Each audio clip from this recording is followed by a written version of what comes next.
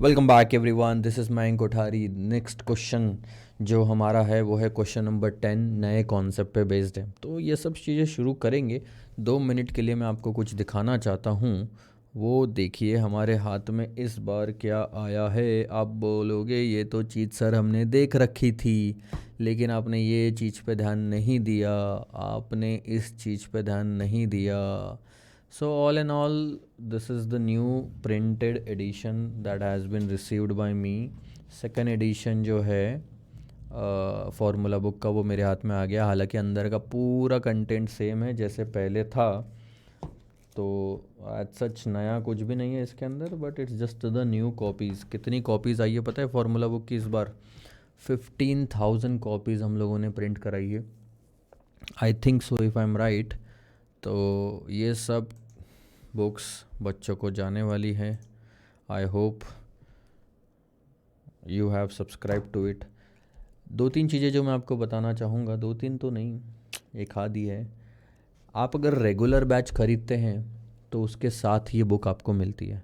आप अगर fast track ख़रीदते हैं तो उसके साथ आपको ये बुक मिलती है। उसके अलावा आपके फ्रेंड्स अगर लेना चाहते हैं जिन्होंने अपनी क्लास नहीं ली, वो भी इस फार्मूला बुक को अलग से ऑर्डर कर सकते हैं। It is hardly I think 60-70 रुपये के आसपास हो गया। मतलब 50 रुपीज़ के 50 रुपीज़ तो होगा वो प्राइस, और 20 या समथिंग रुपीज़ डिलीवरी चार्जेस है, and they can get it in that. आइए सर, तो अब हम हमारे नेक्स्ट कॉन्सेप्ट पे मूव ऑन करते हैं पहले, उसके बाद आगे बढ़ेंगे। तो देखो, जो सबसे पहली मेथड थी हमारे, मैं थोड़ा सा आपको बैकग्राउंड बता देता हूँ कि हमारा पर्पस होता है शेयर्स का वैल्यूएशन निकालना, ताकि हम एक्चुअल मार्केट प्राइस को कंपेयर कर सके थ्योरेटिकल मार्केट प्राइस से।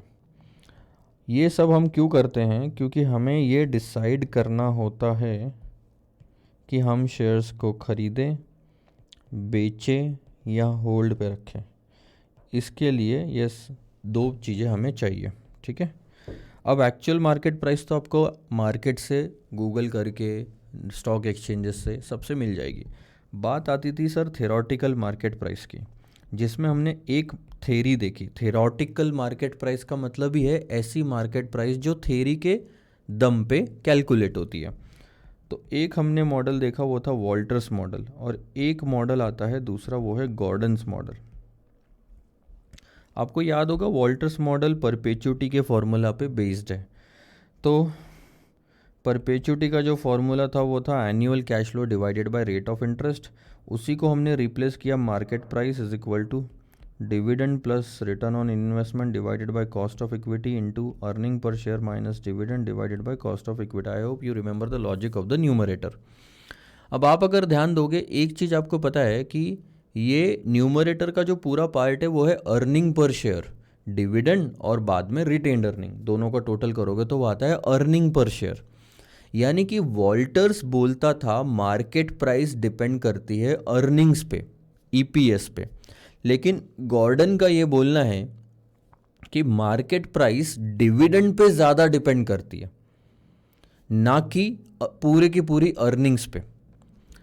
तो गॉर्डन का बोलना है कि पूरी अर्निंग न्यूमरेटर में लेने के बजाय आप सिर्फ डिविडेंड लो। क्यों? अगर आप ध्यान देना तो इन्वेस्टर कोई भी शेयर्स जब खरीदता है किसी भी कंपनी के, और कंपनी भले ही इन्वेस्टमेंट करके ईपीएस कमाती है, लेकिन कंपनी जब इन्वेस्टर को वापस देती है तो वो डिविडेंड ही होता है, उसके अलावा और कुछ वापस नहीं देती अर्निंग्स में से। तो पूरी अर्निंग्स तो नहीं देती। डिविडेंड जितना इन्वेस्टर के हाथ में आ रहा है वो ज़्यादा मैटर करता है, ना कि कंपनी जितना कमा रही है। क्योंकि कंपनी जितना भी कमाए उसका इन्वेस्टर को तब तक फ़ायदा नहीं है जब तक उसके हाथ में पैसे नहीं आ जाते, और जो उसके हाथ में आता है उसे डिविडेंड कहा जाता है। तो गॉर्डन का बोलना है कि डिविडेंड के भरोसे डिसीजन लो।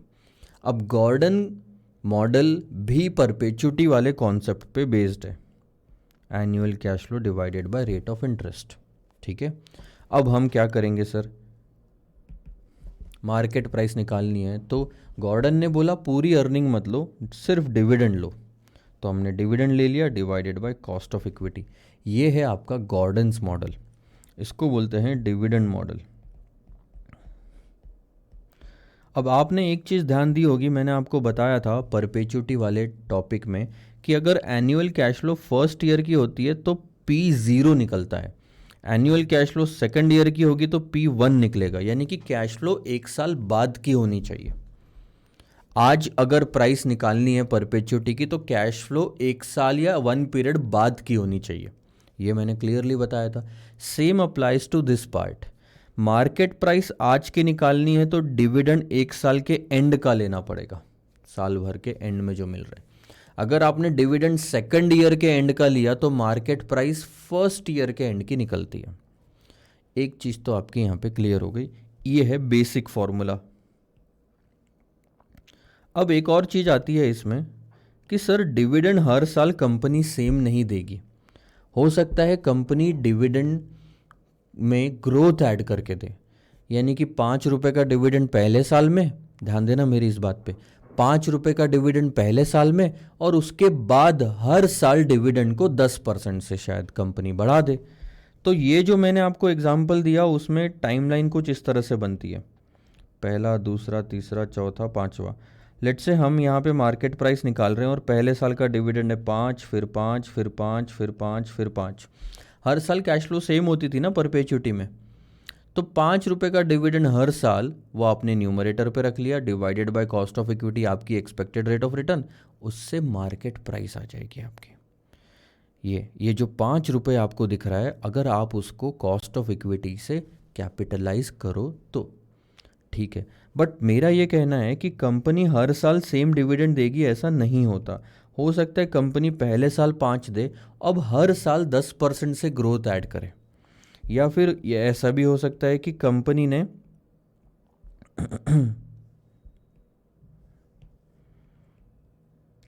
अभी अभी जो डिविडेंड दिया है वो है 5 रुपये का, तो जनरली ये पॉइंट पे जो डिविडेंड दिया जाता है वो पिछले साल का होता है। मान लो आप यहाँ पे खड़े हो, मार्केट प्राइस 0 निकालनी है, और अगर आजकल में ही कोई डिविडेंड बांटा गया है तो वो डिविडेंड जनरली पिछले साल का होता है, आने वाले साल का नहीं होता।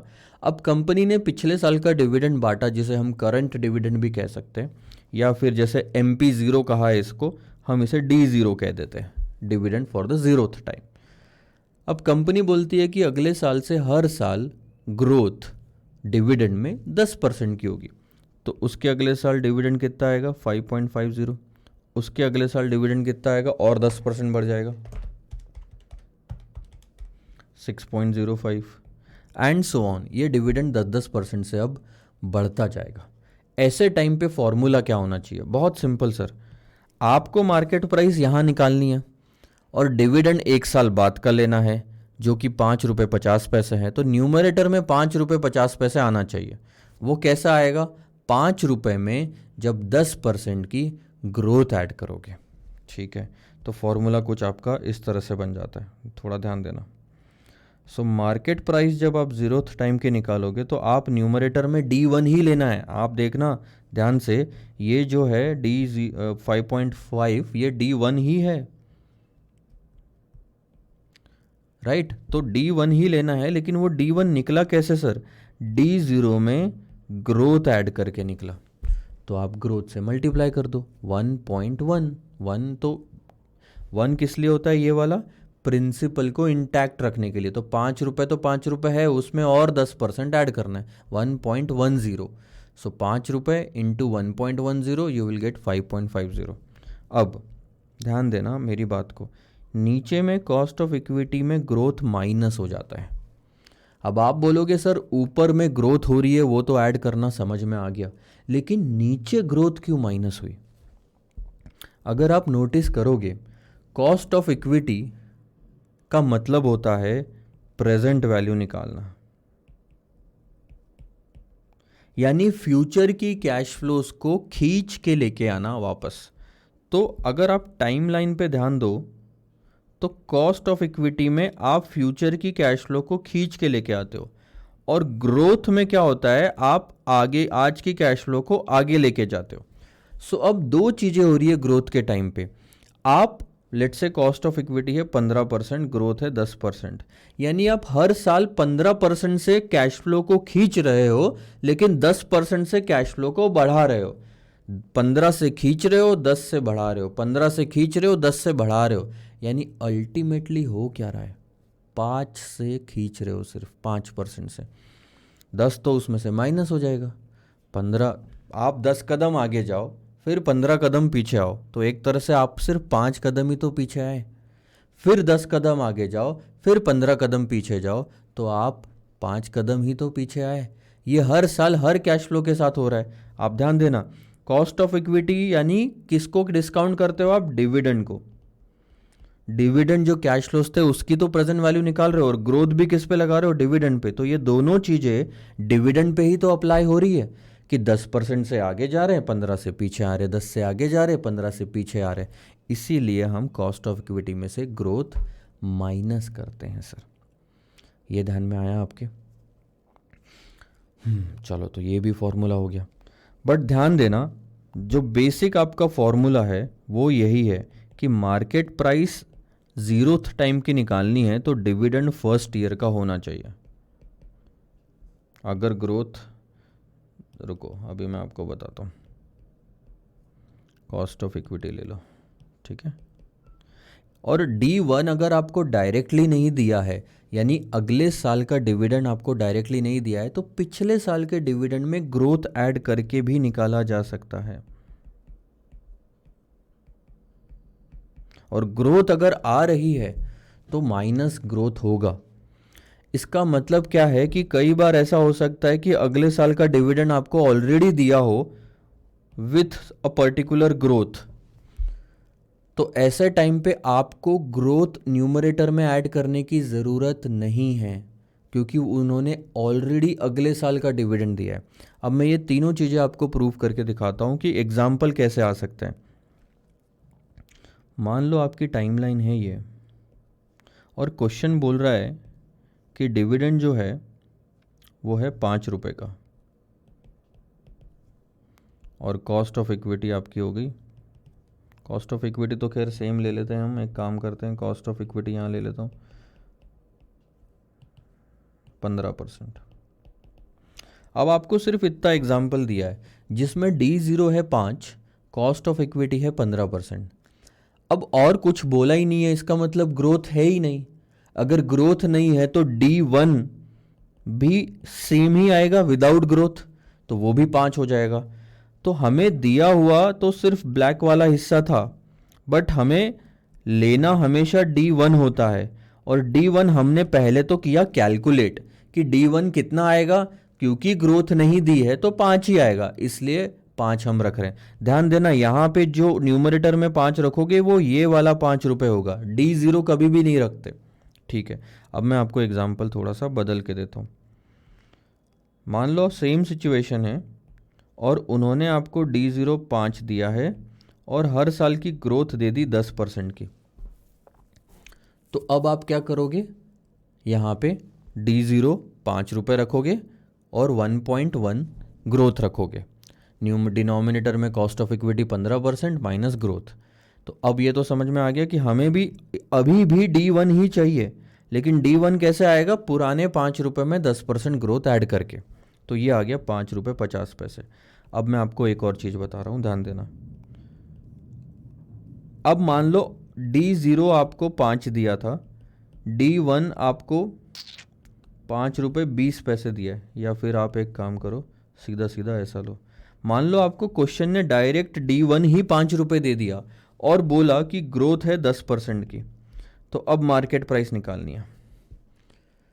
अब आप बताओ, फर्क देखना, इस वाले पार्ट में और इस वाले पार्ट में सिर्फ एक ही फर्क है कि यहां जो 5 रुपये दिया था वो D0 था, तो इसलिए हमने उसमें ग्रोथ अलग से ऐड करी, क्योंकि हमें तो D1 ही चाहिए। तीनों केस में हमें जो चाहिए न्यूमरेटर में वो सर D1 ही होगा, एक चीज याद रखना। और हमें यहां D0 दिया था इसलिए ग्रोथ ऐड करी, लेकिन यहां जो 5 रुपये दिया हुआ है वो ऑलरेडी D1 है, क्वेश्चन ऐसा बोल रहा है।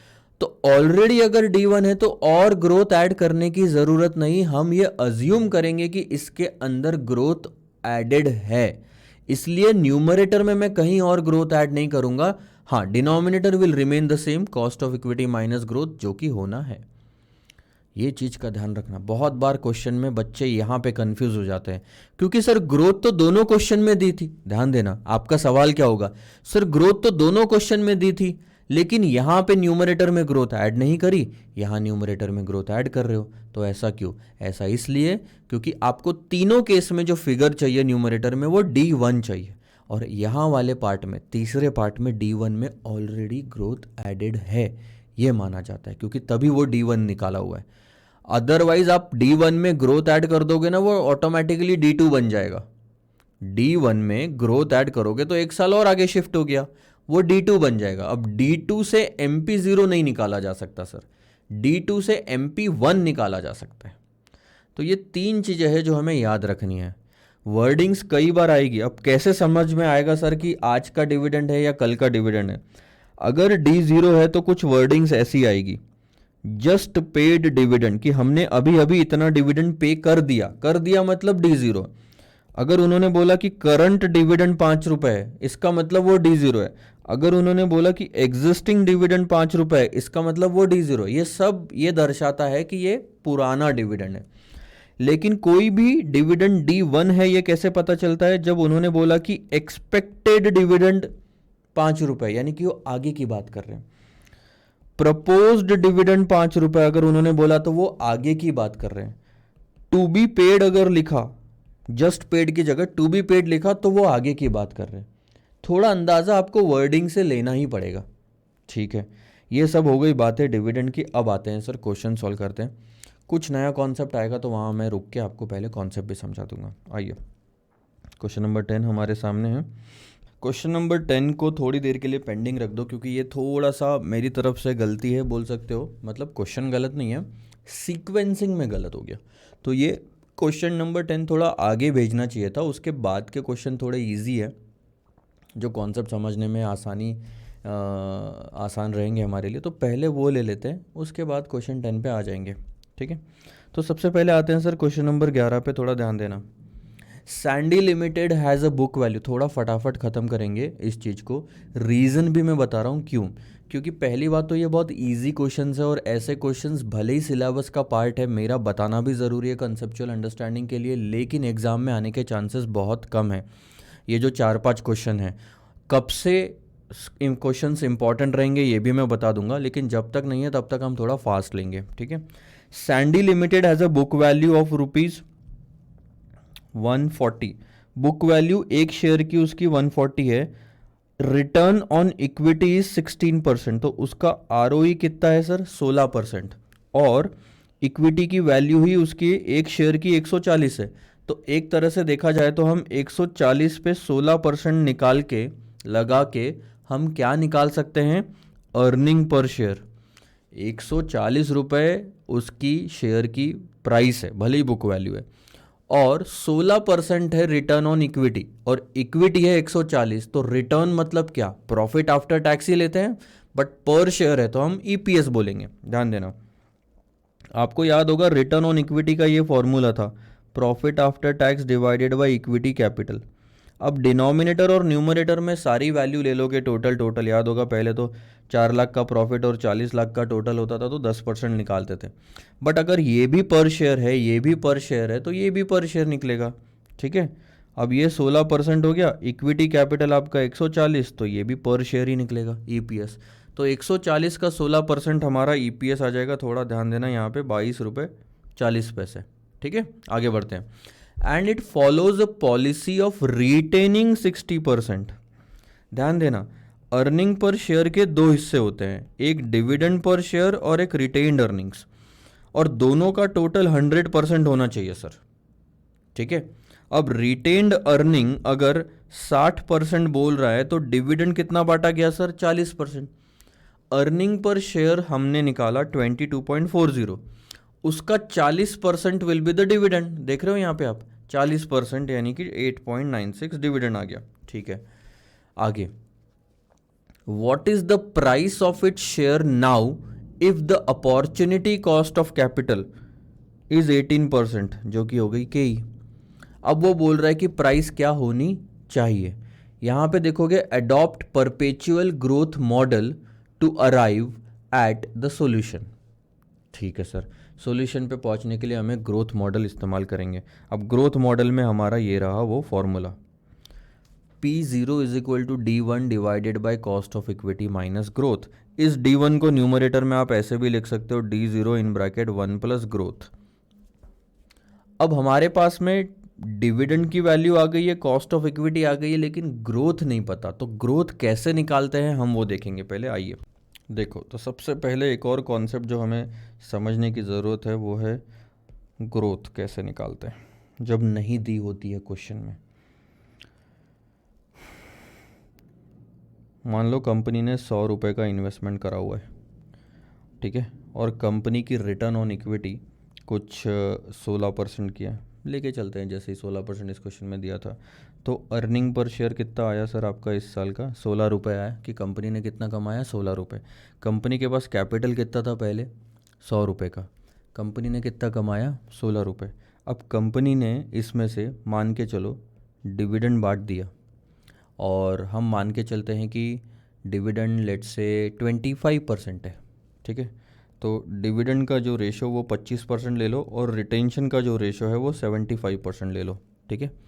तो डिविडेंड 25% बांटोगे तो वो 4 रुपये होगा। तो रिटेन्ड अर्निंग कितना हुआ आपका? 12 रुपये आपने रिटेन कर लिया। अब आप मेरे को एक चीज़ बताओ, ये साल हो गया ख़त्म, और यहाँ पे हमारी कुछ फिगर्स थी, रिटर्न ऑन इक्विटी 16%, ठीक है।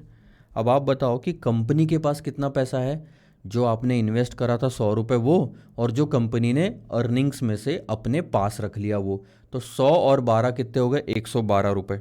तो टोटल कंपनी के पास अब कितना कैपिटल बचा हुआ है? 112, जो अगले साल वो कैरी फॉरवर्ड करेगी। यानी कि अगले साल कंपनी 112 पे कमाएगी। 100 तो पहले से थे, ध्यान देना, 100 तो पहले से थे, 16 कमाए, उसमें से 4 उसी साल बांट दिए, तो वो इन्वेस्टर के हाथ में चले गए। कंपनी के पास 12 ही बचे। 100 और 12, 112 कंपनी के पास बचा हुआ है। अब ये 112 पे कंपनी, मैं मान के चलता हूँ सेम रिटर्न ऑन इक्विटी अगर हम रखें, तो 112 पे 16% आता है 17.92 अर्निंग पर शेयर आया, 17.92। अब आप मेरे को दो चीज़ों में कंपैरिजन करके बताओ कि क्या ग्रोथ दिख रही है आपको यहाँ पे कंपनी में? पहले साल 16 रुपये कमाया, अगले साल 17 रुपये 92 पैसा कमाया। क्या यहाँ पे ग्रोथ है? हाँ सर, 1 रुपीज़ 92 पैसे की ग्रोथ है। ग्रोथ नहीं है कब बोलते? जब 16 रुपये पिछले साल कमाया और इस साल भी 16 रुपये कमाया। जब कमाई सेम चल रही है तो ग्रोथ कहाँ है? बट कमाई अगर बढ़ गई तो ग्रोथ है, और वो ग्रोथ है 1 रुपीज़ 92 पैसे की, ठीक है। अब बात आती है कि सर ये जो ग्रोथ है ये कैसे निकाली गई? मतलब ग्रोथ का अगर हमें परसेंटेज निकालना है तो वो कैसे निकालेंगे? ध्यान देना,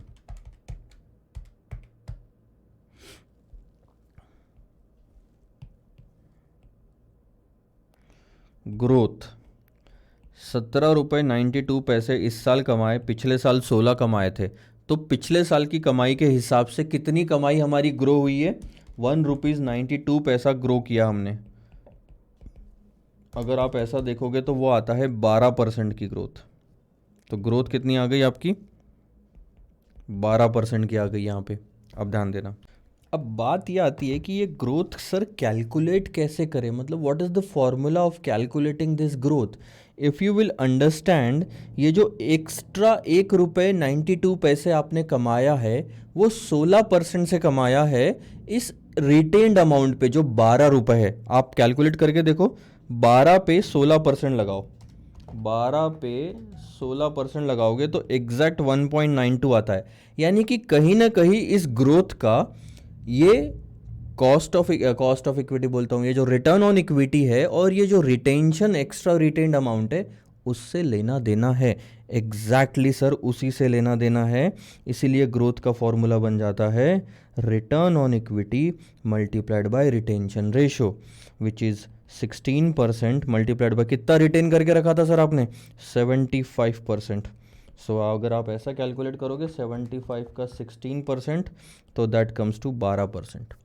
वही अमाउंट, वही फिगर एग्जैक्ट आ रही है जो आप यहाँ से निकाल रहे थे। तो ये बन जाता है आपके ग्रोथ का फॉर्मूला। ठीक है, कई बार क्या होगा,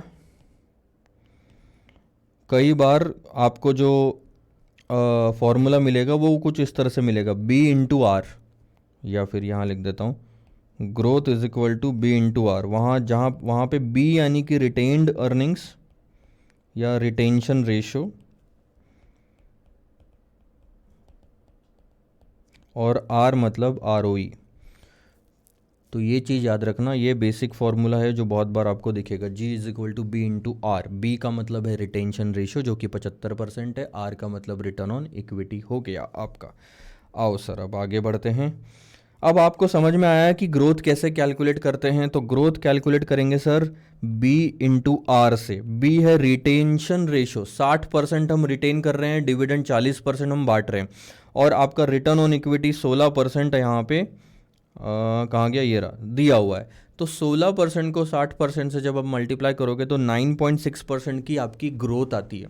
ये लॉजिक समझा आपको कि कहाँ से आता है। तो हमने एक नया फॉर्मूला इस पर्टिकुलर क्वेश्चन में सीखा। ठीक है, फॉर्मूला बुक में मैं आपको बता देता हूँ। वॉल्टर्स मॉडल के बाद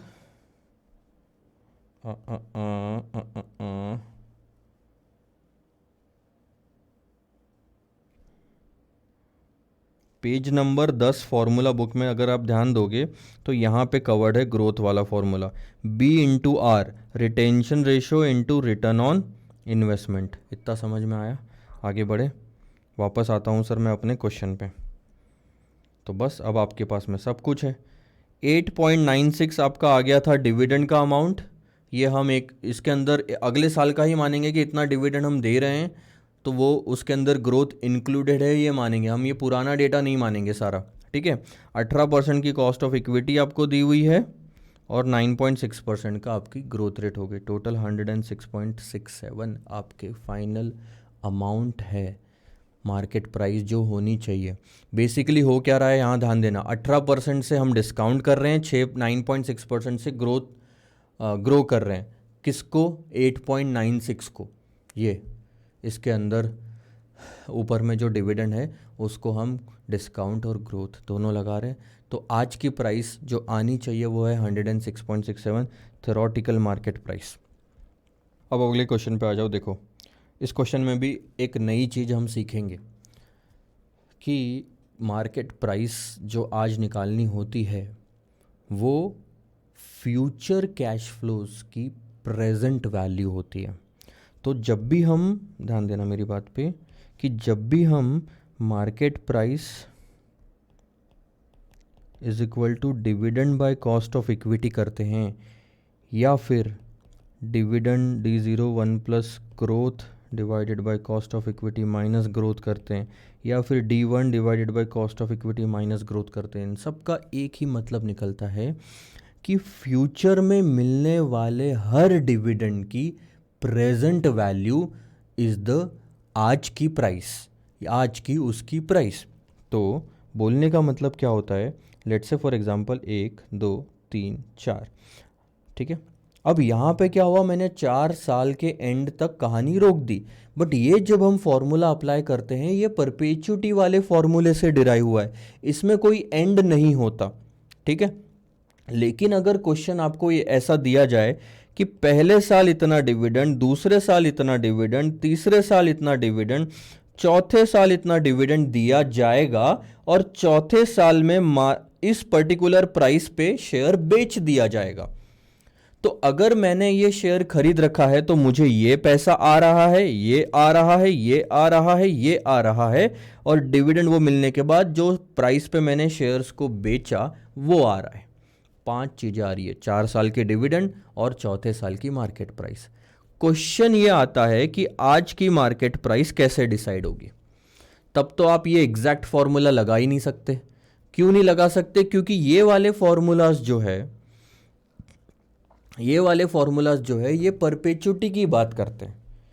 परपेचुटी वहाँ अप्लाई होती है जहाँ पे टाइम की कोई लिमिट नहीं होती, टाइम बढ़ते ही जाता, कभी ख़त्म नहीं होता। लेकिन इस क्वेश्चन में अगर टाइम ख़त्म हो रहा है तो सर मार्केट प्राइस कैसे निकालोगे? अब यहाँ पे आपका तीसरा कॉन्सेप्ट आता है डिस्काउंटेड डिविडेंड डिस्काउंट, या फिर आप उसको, बहुत सारे नाम हैं, अब मैं एक नाम बोल रहा हूँ जिसमें सब कुछ कवर होता है, डिस्काउंटेड कैश फ्लो मेथड,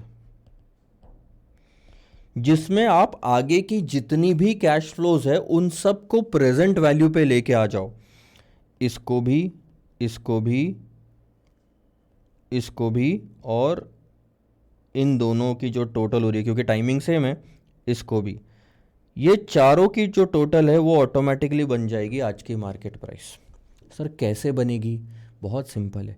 जब फ्यूचर में, लेट्स से फॉर एग्जांपल, मैं आपको एग्जांपल देता हूँ, ये मान लो 2 रुपये, 2 रुपये, 2 रुपये, 2 रुपये, और ये है 100 रुपये, इन सब की आपने प्रेजेंट वैल्यू निकाली और वो टोटल आ रही है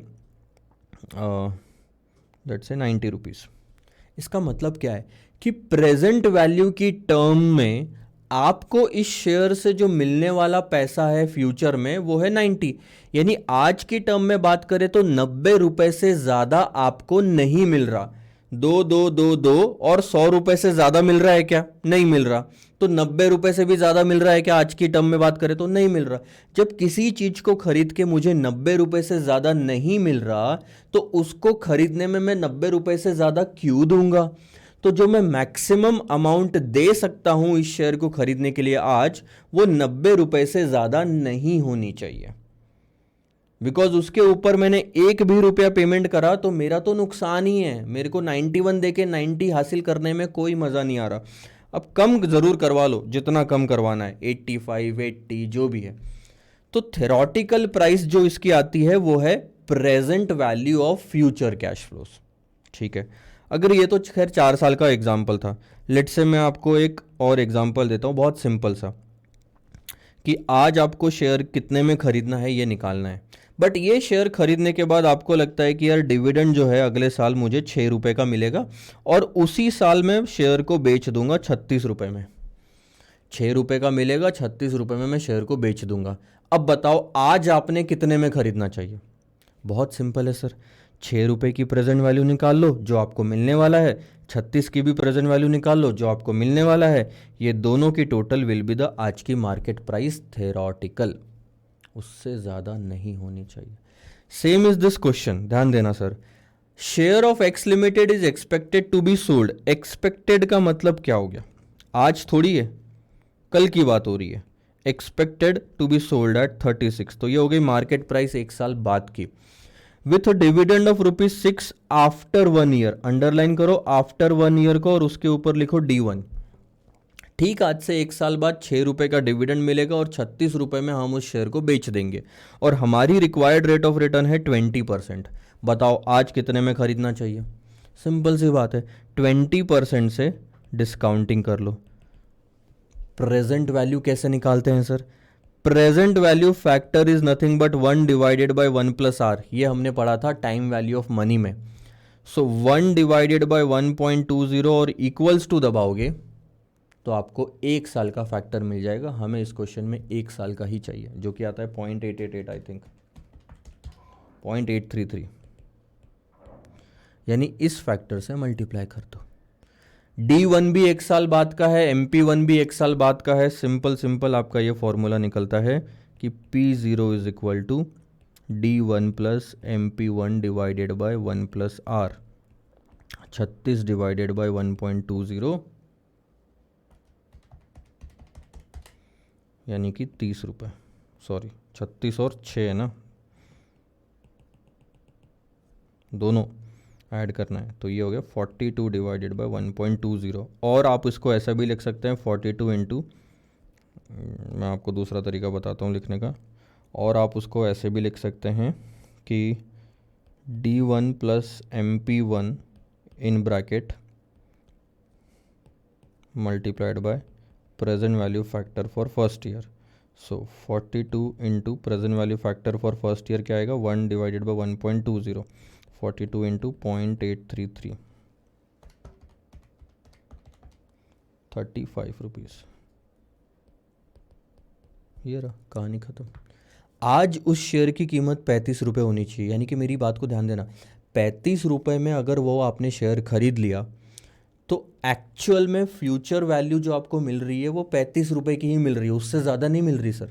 यानी 35 में आज खरीदना और कल जाके ₹6 और 36 में बेचना बात बराबर है, कोई एक्स्ट्रा प्रॉफिट नहीं हो रहा अगर आपकी 20% की रिक्वायरमेंट है तो। हाँ, उल्टे तरीके से बात करनी है तो ये है कि सर 20% मैं कमा रहा हूँ, इसमें 20% मेरी कमाई हो रही है, इसको बोलते हैं इंटरनल रेट ऑफ रिटर्न। आज के 35 की कल की जो वैल्यू है वो है ₹6 और ₹36, 42, वो है 20% का इनकम उसके अंदर। तो ये हो गया आपका discounted cash flow method. Question number 12 हुआ। क्वेश्चन नंबर 13 पे ध्यान दो।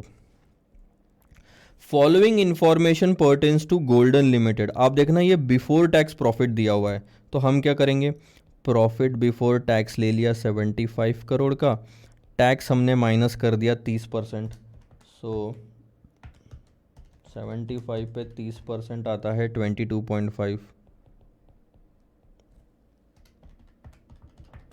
ये आता है 52.5, तो ये आ गया प्रॉफिट आफ्टर टैक्स। ठीक है, चलो प्रॉफिट आफ्टर टैक्स आ गया। उसके बाद में देखना नीचे में नंबर ऑफ शेयर्स दिया हुआ है। अब ये करोड़ में दिया हुआ है और ये लैक्स में दिया हुआ है, फ़र्क देखना यहाँ पे, बच्चे यहीं पे गलती करते हैं। बच्चे क्या करेंगे, यहाँ पे नंबर ऑफ शेयर लिख लेंगे 75, यहाँ हो गई गड़बड़, क्योंकि 52.50 करोड़ में है और 75 आपका लैक्स में है। या तो दोनों करोड़ में होना या तो दोनों लैक्स में होना, बेसिस सेम होना, नहीं तो गलती करने के चांसेस बढ़ जाएंगे। तो इंस्टेड ऑफ 75 मैं एक काम करता हूँ 0.75 कर देता हूँ, तो ये भी करोड़ में आ गया नंबर ऑफ शेयर, प्रॉफिट भी करोड़ में आ गया, तो ये हो गया आपका earning per share which comes to 70। अब ध्यान देना, रिटेंशन रेशो जो है वो है 80%, तो रिटेन्ड अर्निंग हमारी इससे निकल जाएगी। ₹70 का 80% हम रिटेन कर रहे हैं, यानी कि ₹56, और जो डिविडेंड बांट रहे हैं वो है सर ₹14 का। आपका ROI, आपका KE दिया हुआ है। अब देखो क्या निकालना है। The market price of the share of the company in the bull market was somewhere around 2100 पर शेयर। एक शेयर की जो एक्चुअल मार्केट प्राइस है, अगर क्वेश्चन में दिया है तो वो एक्चुअल मार्केट प्राइस हो गई। Advice whether the share of golden limited should be purchased और नॉट। हम गोल्डन लिमिटेड के शेयर कब परचेस करेंगे, जब एक्चुअल मार्केट प्राइस कम आएगी थ्योरेटिकल मार्केट प्राइस से, तब हम बोलेंगे कि यार मार्केट में कम रेट में मिल रहा है तो खरीद लेते हैं। अगर ऐसा हुआ तो परचेस करेंगे, इसका उल्टा हुआ तो नहीं करेंगे। अब सारी की सारी बात आके रह जाती है थ्योरेटिकल मार्केट प्राइस पे। अब हम निकालेंगे theoretical market price. Further also suggest the form of market prevalent as per EMH theory, efficient market hypothesis. ये था सिक्योरिटी एनालिसिस में, इसके बारे में बाद में बात करेंगे। क्वेश्चन बोलता है गॉर्डन्स का ग्रोथ मॉडल इस्तेमाल करो। अब यहाँ थोड़ी सी एम्बिग्यूटी आती है। एम्बिग्यूटी ये आती है कि गॉर्डन्स ग्रोथ मॉडल के जो फॉर्मूला आप मोस्ट ऑफ द टाइम देखोगे मार्केट प्राइस का, वो कुछ इस तरह से आता है, D1 divided by cost of equity minus growth. Ambiguity या कन्फ्यूजन बोलो बच्चों में, बट इस D1 को एक अलग तरीके से भी लिखा जा सकता है। डिविडेंड कैसे कैलकुलेट होता है सर, EPS में से रिटेन्ड अर्निंग्स माइनस करके, बराबर बोल रहा हूँ। अब ये जो रिटेन्ड अर्निंग्स है ये कैसे डिसाइड होती है, ध्यान देना। रिटेन्ड अर्निंग अगर आपकी 80% है तो क्या मैं डिविडेंड पे आउट रेशो जो है वो मैं 20% मान सकता हूँ, यानी कि मैं इसी चीज़ को 1 माइनस 0.80 लिख सकता हूँ। देख लो 1 माइनस 0.80 क्या आता है, डिविडेंड पे आउट रेशो ही तो आता है, बराबर बोल रहा हूँ। तो कई बार आपको फॉर्मूला कुछ इस तरह से भी मिलेगा sir, EPS in bracket 1 minus B. आप बोलोगे ये क्या नया फॉर्मूला आ गया, ऐसा फॉर्मूला। और ग्रोथ का भी नीचे क्या फॉर्मूला होता है, B/R। अब आप बोलोगे सर ये नया फॉर्मूला दिया है यहाँ पे, तो ये तो आपने पढ़ाया ही नहीं। बट अगर आप थोड़ा ध्यान दोगे तो EPS था आपका ₹70, रिटेंशन था 80%। एक तरह से 70 को 20% से मल्टीप्लाई करना यानी डिविडेंड ही तो हो गया। तो वो जो पूरा न्यूमरेटर वाला पार्ट है वो और कुछ नहीं, डिविडेंड ही है सर, डरने की ज़रूरत नहीं है। और नीचे भी जो BR लिया है वो और कुछ नहीं, ग्रोथ ही है। तो नीचे में कॉस्ट ऑफ इक्विटी ले लो, ये देखो यही मैं बात कर रहा हूँ। E in bracket 1 minus B is nothing but D, सही है, divided by cost of equity minus B R is nothing but growth. तो यही तो रखना है आपको। 70 रुपये 1 माइनस 0.80, 15 का आपका कॉस्ट ऑफ इक्विटी हो गया, और आपने ये ग्रोथ कैलकुलेट कर ली 80% को 18 रिटर्न ऑन इक्विटी से मल्टीप्लाई करके। अच्छा, रिटर्न ऑन इक्विटी कहाँ से आया, ये रहा, रिटर्न ऑन इन्वेस्टमेंट आपको 18% दिया हुआ है, तो वही 18% इंटू 80% करा तो 14.4% की ग्रोथ आ गई। ये लो, आपकी सारी प्रॉब्लम सॉल्व हो गई। अब आप बोलोगे यहाँ पे सर जो न्यूमरेटर है इसमें ग्रोथ क्यों नहीं ऐड करी, 1 प्लस जी क्यों नहीं करा? तो एक थंब रूल लिख लो जो कि स्टैंडर्ड प्रैक्टिस इंस्टीट्यूट फॉलो कर रहा है बहुत सारे आंसर्स में। अगर क्वेश्चन स्पेसिफिकली बोलता है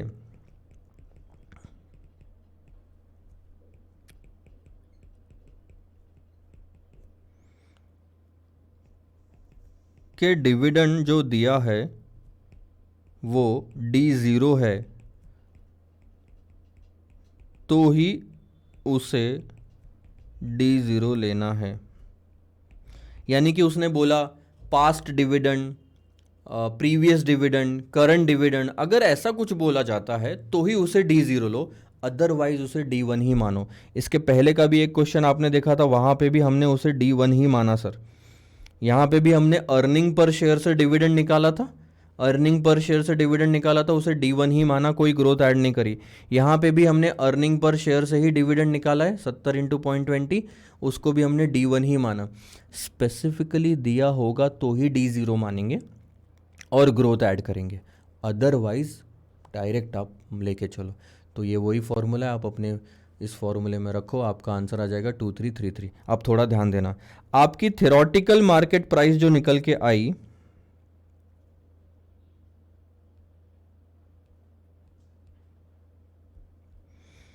आपकी थ्योरेटिकल मार्केट प्राइस जो निकल के आई वो थी सर 2333.33।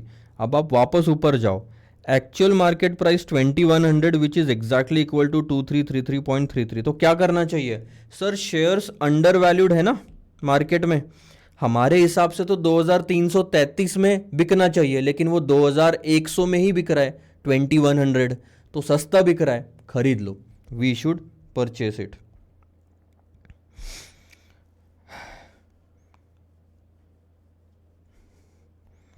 यहाँ पे clearly it is worth to purchase the same as intrinsic value of the share, यानी कि थेरोटिकल मार्केट प्राइस। अंडरलाइन करो इंट्रिंसिक वैल्यू, उसके नीचे लिखो TMP, थेरोटिकल मार्केट प्राइस।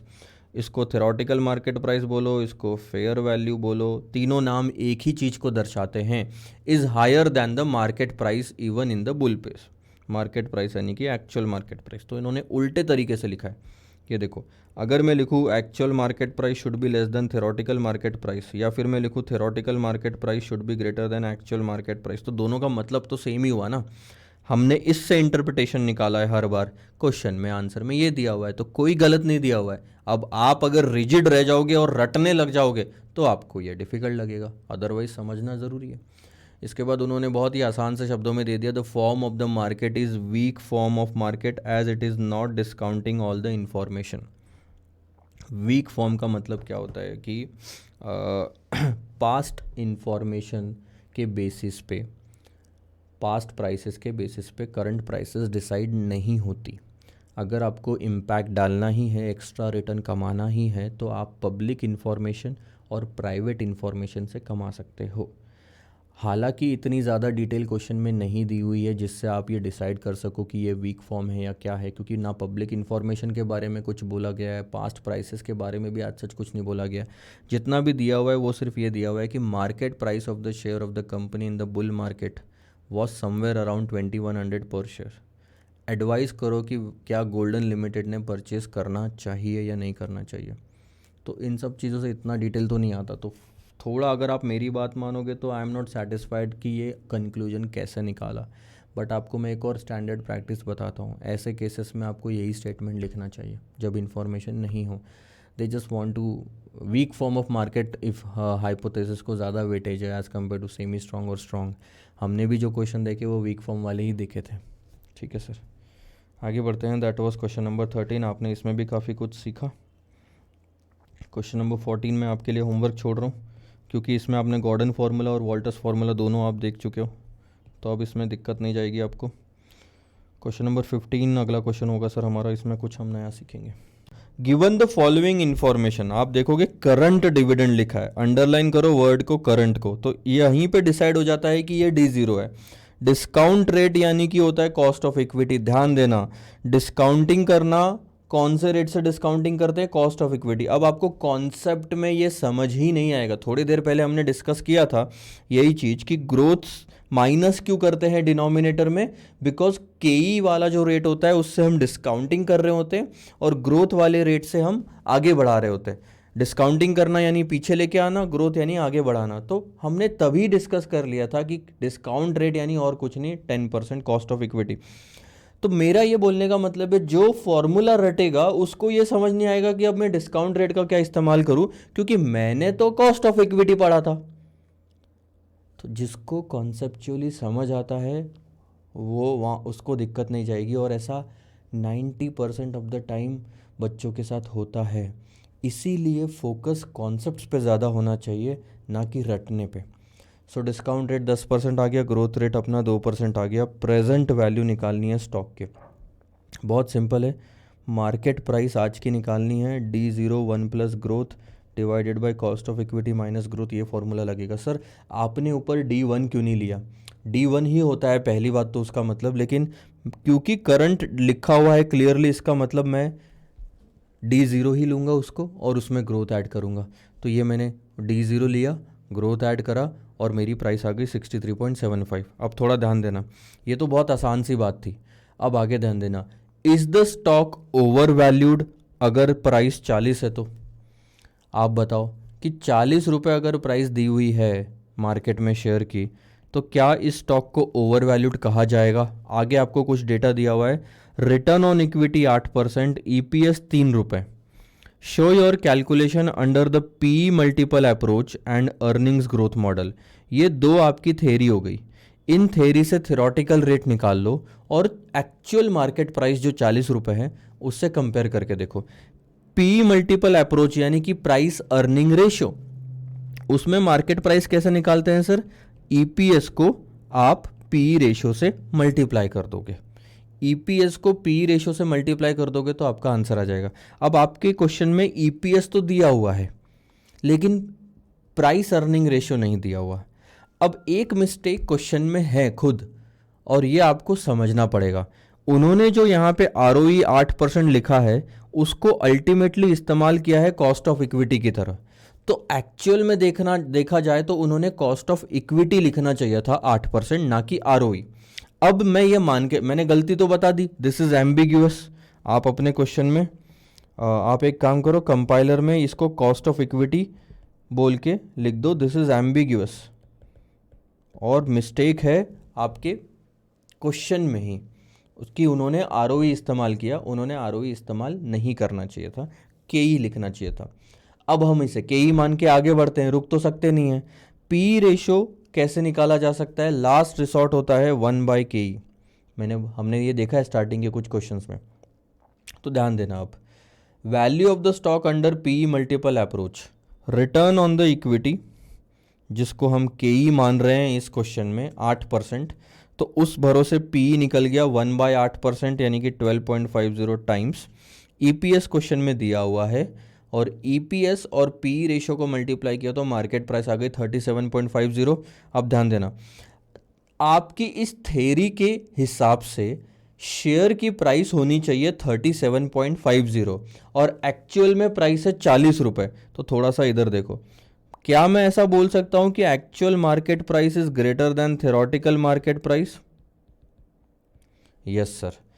तो जो चीज 37.50 में मिलनी चाहिए थी वो मार्केट में आज 40 रुपए की मिल रही है, ज्यादा की मिल रही है, उसे हम ओवर वैल्यूड कहेंगे। ओवर वैल्यूड चीज को हम सेल करते हैं। तो क्वेश्चन बोलता है क्या स्टॉक ओवर वैल्यूड है? हाँ सर, 40 में नहीं मिलना चाहिए था, 37.50 में मिलना चाहिए था। ठीक है। अब दूसरा अप्रोच उन्होंने बोला अर्निंग्स ग्रोथ मॉडल। इसके पहले जो हमने अप्रोच देखा था वो था डिविडेंड ग्रोथ मॉडल। तो इस क्वेश्चन में थोड़ा ध्यान देना, यहाँ पे आपको पूरा डिविडेंड नहीं अर्निंग को ग्रो करना है। तो अर्निंग तो आपकी 3 रुपए आ गई, अर्निंग आपकी 3 रुपए की आ गई, यहां ध्यान देना। अर्निंग्स ग्रोथ मॉडल कैसे लिखोगे? अच्छा, सबसे पहले तो मैं डिविडेंड ग्रोथ मॉडल लिख देता हूं आपको, आप भी लिख लेना अपने कंपाइलर में। Dividend growth model is like this, D0 in bracket 1+G divided by cost of equity minus G। But अगर अर्निंग्स ग्रोथ मॉडल होगा तो आप क्या लोगे? अर्निंग्स को ग्रो करोगे, 1+G divided by cost of equity minus G।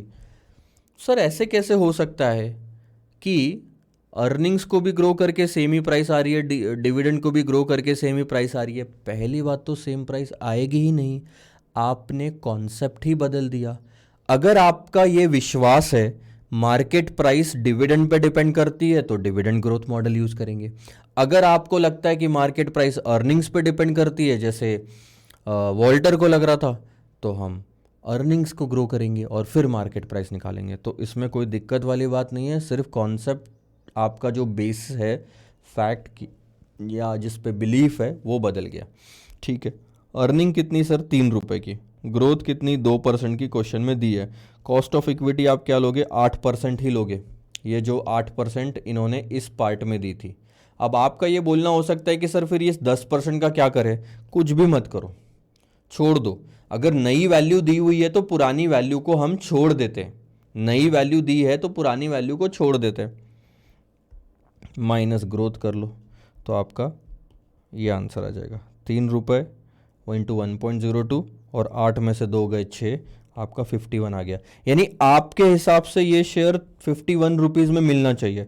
तो अब देखो, क्या मैं ऐसा बोल सकता हूँ कि जो शेयर की कीमत है 40 रुपये एक्चुअल मार्केट में, वो तो बहुत कम है एज़ कम्पेयर टू हमने जो निकाली थेरी से।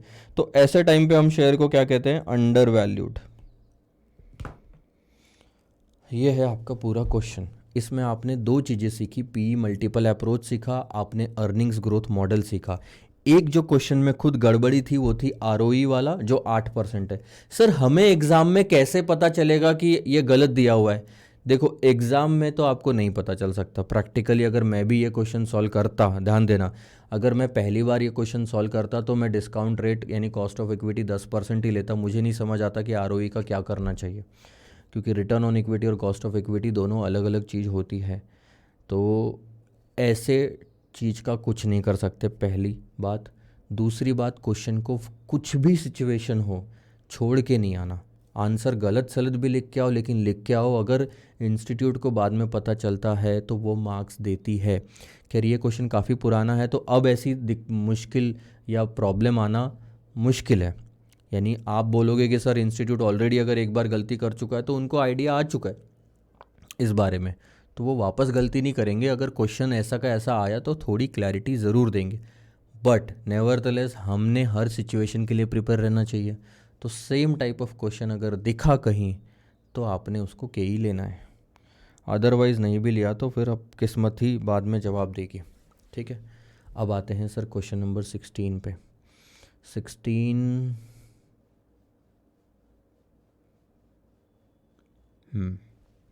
ध्यान देना। Shares of Voyage Limited are being quoted at a price earning ratio of 8 times.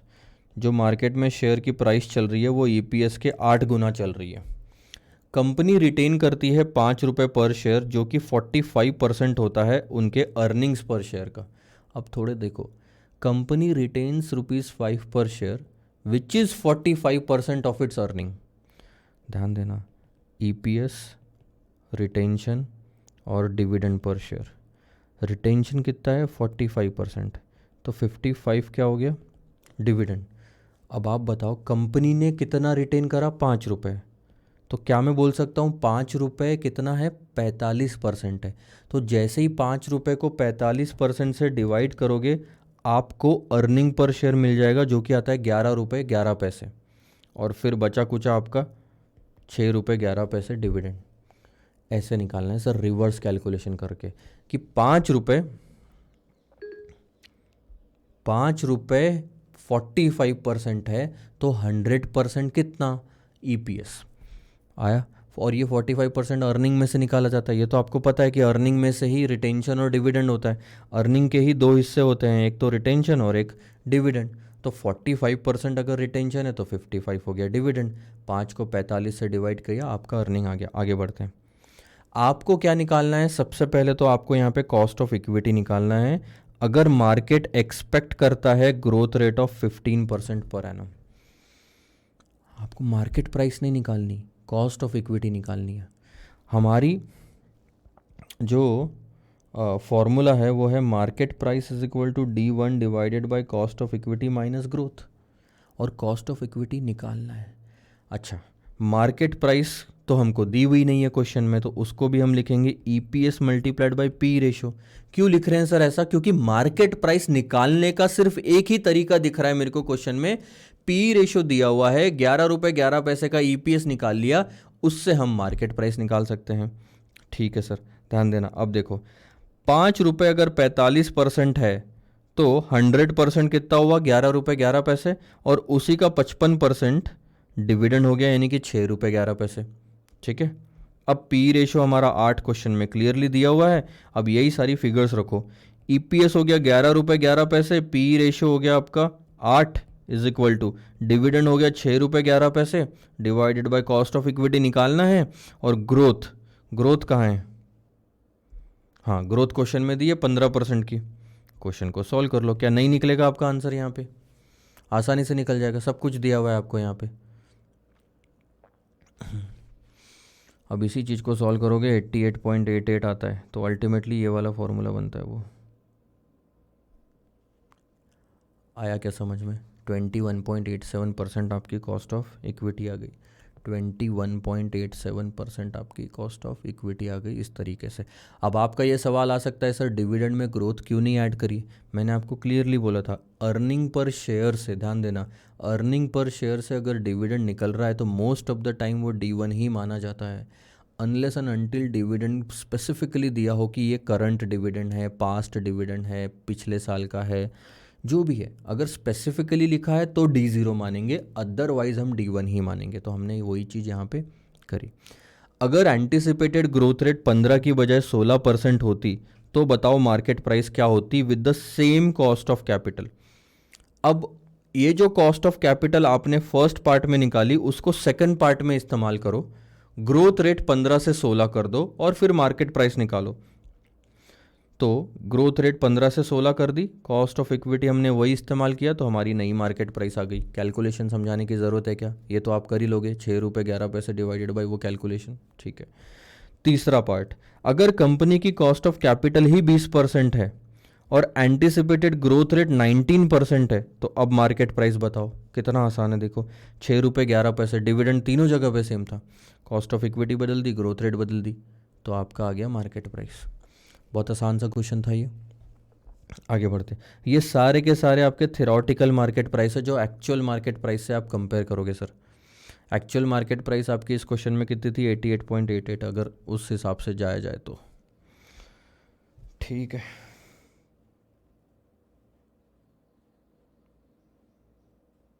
ये क्वेश्चन आपको करना है होमवर्क है, इसमें और कुछ नहीं है, ध्यान देना। पहली चीज़ तो जो अंडरलाइन करनी है वो है ये पेड लिखा है यानी D0 लिख लो। A firm had been paid dividend of ₹2 per share last year भी लिखा है, चलो तो ये D0 हो गया क्लियर। ग्रोथ इसमें एक्स्ट्रा ऐड करनी है। एस्टिमेटेड ग्रोथ रेट जो आपको दी हुई है ना, वो दी है 5% की, ये रहा। अब आपको क्या डिसाइड करना है? Market price of the equity. ठीक है, और रिक्वायर्ड रेट ऑफ रिटर्न आपको कॉस्ट ऑफ इक्विटी जो दी है 15.5% के। तो ध्यान देना मेरी बात को। सबसे पहले तो मार्केट प्राइस निकालने का ये फॉर्मूला है D0 1 plus growth divided by cost of equity minus growth. तो हमें सिर्फ 3 चीज़ें चाहिए मार्केट प्राइस निकालने के लिए।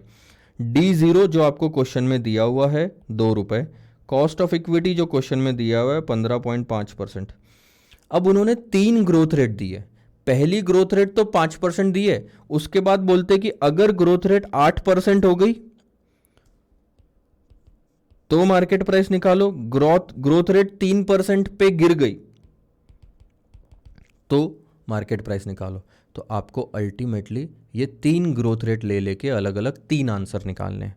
यहाँ पे अब क्वेश्चन बहुत आसान है, आगे सॉल्व करना भी बहुत आसान है। फिगर्स डालो बस आप, ₹2 और ये 15.50% जो कॉस्ट ऑफ इक्विटी है, ये तो हर बार सेम रहेगा, आपकी ग्रोथ रेट हर बार बदलती जाएगी। तो 3 बार ग्रोथ रेट बदलो और तीनों आंसर निकाल लो। मैं आपको इसमें एक ट्रिक दिखाता हूँ, ठीक है। क्वेश्चन में सिर्फ एक वर्ड में बदल दूँ ना, ध्यान देना कि अभी क्या है, हमारी ग्रोथ रेट है 5, 8 और 3%। अगर मैं क्वेश्चन में बोलता कि इट राइजेस बाय 8%, 8% से बढ़ गया, ध्यान देना, राइजेस टू 8% का मतलब होता है 8% तक ग्रोथ रेट हो गई है मेरी अब, और 8% से बढ़ गया यानी राइजेस बाय 8%। तो अगर बाय लिखा होता तो पहली ग्रोथ रेट तो आपकी 5% थी, दूसरी ग्रोथ रेट हो जाती 5 + 8 13%, क्योंकि बाय लिखा था। अगर वो बोलता फॉल्स बाय 3%, तो मैं बोलता ग्रोथ रेट 5 - 3 2%। तो फर्क देखो, टू और बाय लिखने का कितना फर्क है। आपको मैं रिक्वेस्ट करूंगा, यहाँ पे जगह खाली है तो एटलीस्ट आप यहाँ पे इतना लिख के चलो, टू जहाँ पे लिखा है ना टू को ऐसी मार्किंग कर दो, और ऊपर में बाय लिख के ऐसी मार्किंग कर दो कि अगर बाय होता तो आप वो ग्रोथ रेट लेते, टू लिखा है तो ये ग्रोथ रेट लोगे। मैंने थोड़ा क्वेश्चन से हटके भी बता दिया। इंस्टीट्यूट बड़ी चतुरी है, बहुत स्मार्ट है। आपको अगली बार क्वेश्चन पूछेगी सेम टू सेम, पूरा सेम टू सेम रखेगी और एक वर्ड बदलेगी सिर्फ टू और बाय का, और पूरा आंसर बदल जाता है। सारे बच्चे ऐसे सॉल्व करके आएंगे क्योंकि उन्होंने यही रटा हुआ है, बस करे जा रहे प्रैक्टिस, करे जा रहे प्रैक्टिस। तो हमने तो 10 बार क्वेश्चन सॉल्व किया था। आप क्वेश्चन एग्जाम में सॉल्व भी कर लोगे, आप कॉन्फिडेंटली बाहर निकलोगे और आपको लगेगा आपको 60 मार्क्स तो मिल ही जाएंगे, बट एक्चुअल में आपको कम आएंगे। वो क्यों कम आते पता है? वो छोटी छोटी गलती आप करके आ जाते हो, इसलिए। तो बस ये चीज़ का थोड़ा ध्यान रखना है, ठीक है। Question number 17 complete. आगे बढ़ता हूँ मैं। अब क्वेश्चन नंबर 18 लेने के पहले मैं क्वेश्चन नंबर 10 कंप्लीट करता हूँ, जो अपना पुराना क्वेश्चन बचा हुआ था। मैंने बोला था ना थोड़ी देर बाद लूँगा ताकि थोड़ा सा एक अंडरस्टैंडिंग आ जाती। अब आपको आसान जाएगा ये। देखो क्वेश्चन पढ़ते हैं। A company had paid dividend, पे कर चुके हैं सर, यानी कि ये है D0। अंडरलाइन करके सबसे पहले लिख लो, कंपाइलर में ही लिखना। लास्ट ईयर से भी आपको आइडिया आ जाता है कि ये पुराना डिविडेंड है, तो इसमें ग्रोथ ऐड होगी। रिक्वायर्ड रेट ऑफ रिटर्न को अंडरलाइन करो, ऊपर लिखो कॉस्ट ऑफ इक्विटी जो कि है 12%। What will be the market price of the share at the end of the year if there is no growth in the dividend. बिना growth वाले dividend की market price is very simple, market price is equal to D1 divided by cost of equity. अगर growth नहीं है तो D0 और D1 में कोई फर्क नहीं, जितना पिछले साल डिविडेंड बांटा था उतना ही इस साल बांटोगे, तो वो हो गया ₹2.5 divided by 20%। Am I right? ₹12.5 आपकी मार्केट प्राइस हो गई। बहुत आसान, विदाउट ग्रोथ डिविडेंड लेना है तो। दूसरा, dividend grows at a constant rate of 5% per annum in perpetuity. अब बस इसी फॉर्मूले में ग्रोथ ऐड कर दो, तो market price is equal to D0 in bracket growth divided by cost of equity minus growth. बस आपको ग्रोथ ऐड करनी है। क्लियरली ये तो ₹2.5 पुराना था, तो न्यूमरेटर में 5% की ग्रोथ ऐड कर दो, डिनोमिनेटर में 5% की ग्रोथ डिडक्ट कर दो। ₹2.5 में 5% ग्रोथ ऐड कर दी, डिनोमिनेटर में डिडक्ट कर दी, आपकी मार्केट प्राइस आ गई ₹17.50। कोई दिक्कत नहीं, theoretical. Constant dividend for the first 5 years and then grows at a constant rate of 5% per annum in perpetuity. अब इसको थोड़ा समझो। उन्होंने बोला कि आज की मार्केट प्राइस निकालनी है, लेकिन पहले 5 सालों तक डिविडेंड में कोई ग्रोथ रेट नहीं है।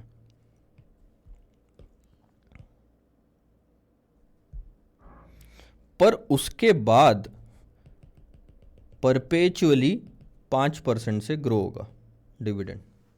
अब बताओ कैसे मार्केट प्राइस निकालोगे आज की? तो सबसे पहले हमारे पास जो है वो है D1, D2, D3, D4, D5, जो कि है सेम 5 साल में ₹2.5, ₹2.5, ₹2.5, ₹2.5 और ₹2.5। मार्केट प्राइस आज कैसे निकलती है? फ्यूचर के कैश फ्लोज की प्रेजेंट वैल्यू। तो फ्यूचर में जो कैश फ्लोज है वो है ये 5 कैश फ्लो तो क्लियर दिख रहा है कि 5 साल डिविडेंड मिलेगा। बट उसके बाद कैसे निकाले सर? उसके बाद तो परपेचुटी शुरू हो रही है। जहां से भी परपेचुटी शुरू हो रही है वहां पे मार्केट प्राइस निकाल लो। आप देखो, अगर यहाँ से परपेचुटी शुरू होती तो आप यहाँ पे मार्केट प्राइस कैसे निकालते? D1 divided by cost of equity minus growth. बराबर बोल रहा हूँ?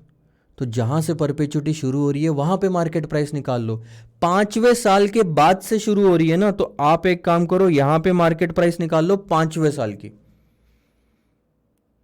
और 5वें साल की मार्केट प्राइस निकालने के लिए आपको चाहिए D6। याद रखना, कभी भी अगले साल की कैश फ्लो होनी चाहिए, divided by cost of equity minus growth. अब इसका मतलब समझो। इसका मतलब है कि 5वें साल के बाद से जितनी भी कैश फ्लो है, 6वां 7वां 8वां 9वां 10वां जितने भी साल है, उन सब की डिविडेंड को डिस्काउंटिंग करके इस प्राइस में आ जाती है। उन सब डिविडेंड डिस्काउंट होके इस प्राइस में आ जाती है। यानी कि अगर आप मार्केट प्राइस 50 रुपये आ रही है 5वें साल के एंड की, अगर ये भी ले लो तो इसका मतलब होता है उसके बाद के सारी कैश फ्लोज आप ले चुके हो।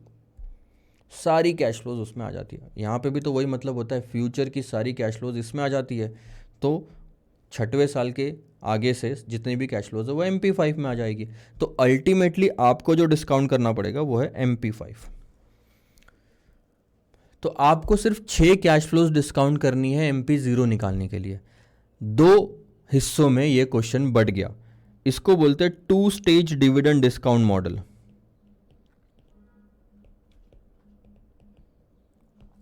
इसको बोलते हैं 2 स्टेज डिविडेंड डिस्काउंट मॉडल। ठीक है, 2 स्टेज का मतलब पहला स्टेज था नो ग्रोथ स्टेज, जहां पे 5 सालों तक कोई ग्रोथ नहीं हुई, और दूसरा स्टेज था आपका ग्रोथ वाला। ठीक है सर, अब हमें मार्केट प्राइस निकालनी है, तो ध्यान देना इस क्वेश्चन में कैसे निकालेंगे।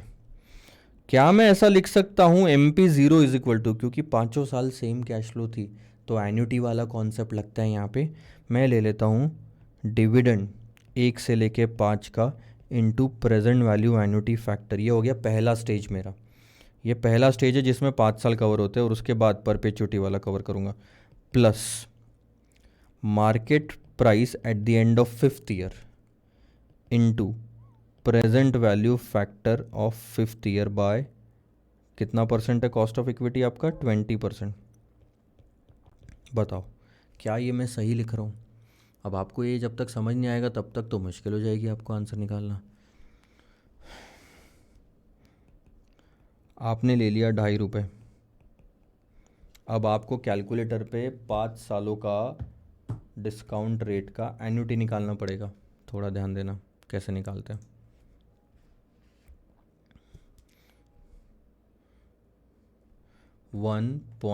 अच्छा 1.20, अच्छा 1 डिवाइडेड बाय 1.20। ठीक है, मैं क्या करूँगा, ध्यान देना, इक्वल्स टू दबाऊँगा और M+ दबाऊँगा, यानी कि पहले साल का फैक्टर मैंने मेमोरी में डाल दिया, और ऐसे मेरे को 5 सालों के फैक्टर की टोटल करनी है। तो मैं इक्वल टू M+ 2 बार 3 बार 4 बार और ये 5 बार दबा दिया। उसके बाद में MRC दबाता हूँ, ये पाँचों का टोटल आ गया। तो 5 साल का टोटल है आपका 2.9906 आ गया। इतना क्लियर। 5 साल के कैश फ्लो की प्रेजेंट वैल्यू निकाल ली। अब आप आगे देखो, 5वें साल की मार्केट प्राइस कैसे निकालोगे sir? D6 divided by cost of equity minus growth into 5वें साल के फैक्टर की प्रेजेंट वैल्यू, 5वें साल का प्रेजेंट वैल्यू फैक्टर लेना है। अब आपको मैं फिर से इसको 0 करता हूँ, ध्यान देना, MRC क्लियर करके। मेरे को 5वें साल का चाहिए तो 5 बार इक्वल टू दबाऊंगा, 1 डिवाइडेड बाय 1.20, 5 बार, 1 2 3 4 5, कितना आया? 0.4018। यह है 20% से 5वें साल का फैक्टर। अब और आगे बढ़ते हैं, इसको सॉल्व कर लेते हैं। 2.50 इंटू 2.9906, तो यह आ जाता है 7.48 प्लस D6 कैसे निकालोगे सर? D5 में ग्रोथ ऐड करके, सही बोल रहा हूँ मैं? अब 7.48, D5 तो आपको पता है 2.5 रुपये था, ग्रोथ कितनी है 5% की, 0.20 का कॉस्ट ऑफ इक्विटी, ग्रोथ 5% की इंटू 0.4018। अब आप इसको एक ही बार में सब सॉल्व कर लोगे। 2.50 इंटू 1.05 डिवाइडेड बाय 0.15, 15 आता है नीचे में, 20 में से 5 माइनस करें तो, मल्टीप्लाइड बाय 0.4018, ये प्रेजेंट वैल्यू आ गई 7 रुपये 3 पैसे। टोटल करोगे तो ये आती है 14 रुपये 51 पैसे। ये है सर आज की प्राइस। देखते हैं मैच करता है क्या। ये रहा 14 रुपये 52 पैसे। थोड़ा ध्यान देना, यहाँ पे भी वही चीज़ करी हुई है। पहले 5 सालों का एन्युटी फैक्टर आया 2.991, उसको 2.5 रुपये से मल्टीप्लाई किया, 5 साल सेम कैश फ्लो हो रही थी, तो ये और कुछ नहीं है, ध्यान देना, annuity into present value annuity factor है। उसके बाद 5वें साल का फैक्टर लिया 0.402 और ये मार्केट प्राइस निकाली MP5, जिसमें D6 bye cost of equity minus growth लिया, तो ये आपका फाइनल आंसर आता है। अब ये चीज़ आपको समझनी ज़रूरी है, हमने जो अल्टीमेटली किया वो एक बार वापस से बताता हूँ आपको मैं। 1 2 3 4 5, अगर मार्केट प्राइस निकालनी है तो यहाँ के कैश फ्लो की, यहाँ के कैश फ्लो की, यहाँ के कैश फ्लो की, यहाँ के कैश फ्लो की और यहाँ के कैश फ्लो की तो प्रेजेंट वैल्यू आप लोगे ही लोगे, ये तो डिविडेंड हो गया। लेकिन उसके बाद के सारे कैश फ्लोज आपको मार्केट प्राइस 5 में मिल जाएंगे, जो आप 5वें साल के एंड पे निकालोगे। उसमें आप लोगे D6 bye cost of equity minus growth, तो मार्केट प्राइस 5 तो निकल जाएगी, बट वो आज भी 5 साल दूर खड़ी है, तो इसको भी इधर लेके आ जाओ और अब इन सब की टोटल करो, तो आपका MP0 आता है। आया क्या समझ में? ये थोड़ा टेक्निकल है, 1-2 और क्वेश्चन आप देखोगे तो आपको इसमें क्लैरिटी आएगी। अगर मैं एक लाइन में बोलना चाहूँ तो वो बस इतना सा है, फ्यूचर में मिलने वाले जितने भी कैश फ्लोज है उनकी प्रेजेंट वैल्यू निकाल लो, that comes to your market price. इसी को बोलते हैं डिस्काउंटेड कैश फ्लो मेथड। ठीक है, लास्ट वाला पार्ट देखो, constant dividend for the first 5 years and then shares is sold at a price of 20। ध्यान दो, ये थर्ड पार्ट और फोर्थ पार्ट में कोई भी डिफरेंस नहीं है। इसमें भी कांस्टेंट डिविडेंड पहले 5 साल के लिए बोला था, इसमें भी कांस्टेंट डिविडेंड पहले 5 साल के लिए बोला। इसमें बोला कि 5वें साल में हम ये शेयर 20 रुपए में बेच देंगे, बस यही पार्ट तीसरे वाले में नहीं बोला गया था, तो हमने निकाला। वो कितना आया ये भी मैं बता रहा हूं, वो सिर्फ इतना वाला पार्ट आप ले लो। एक बार मैं कैलकुलेशन कर देता हूं,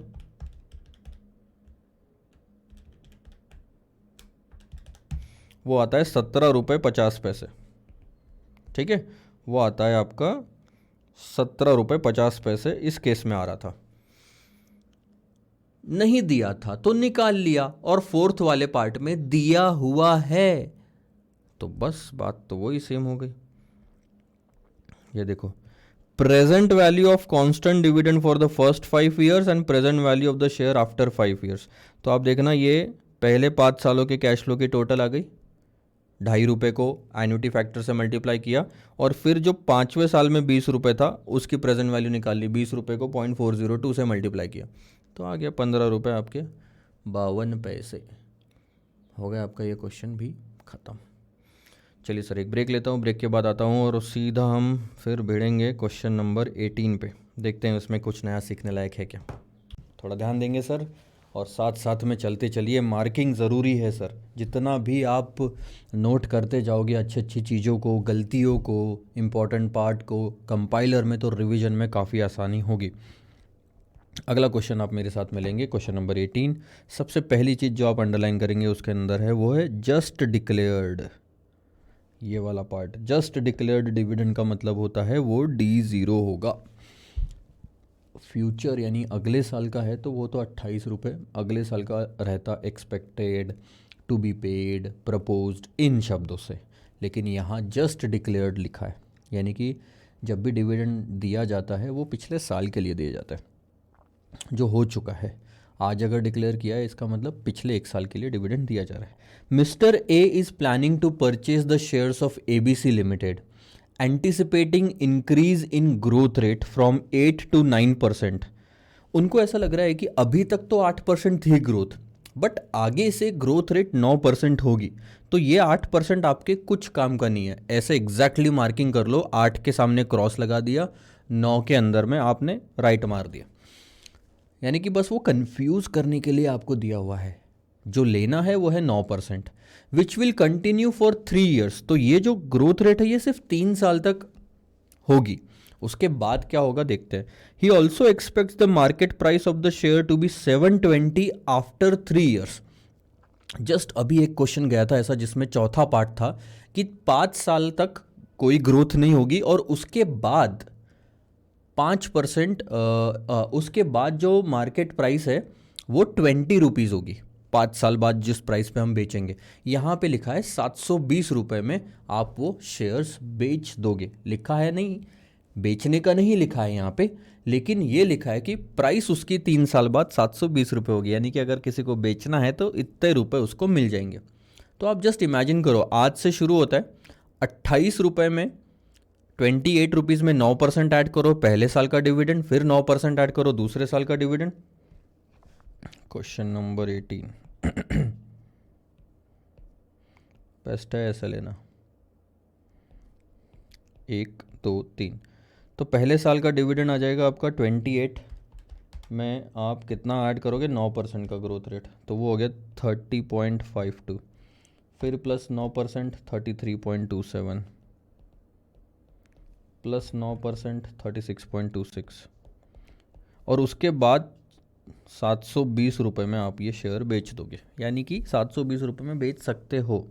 आगे आपको क्या निकालना है कि मैक्सिमम अमाउंट मिस्टर ए ने पे करना चाहिए शेयर्स खरीदने के लिए।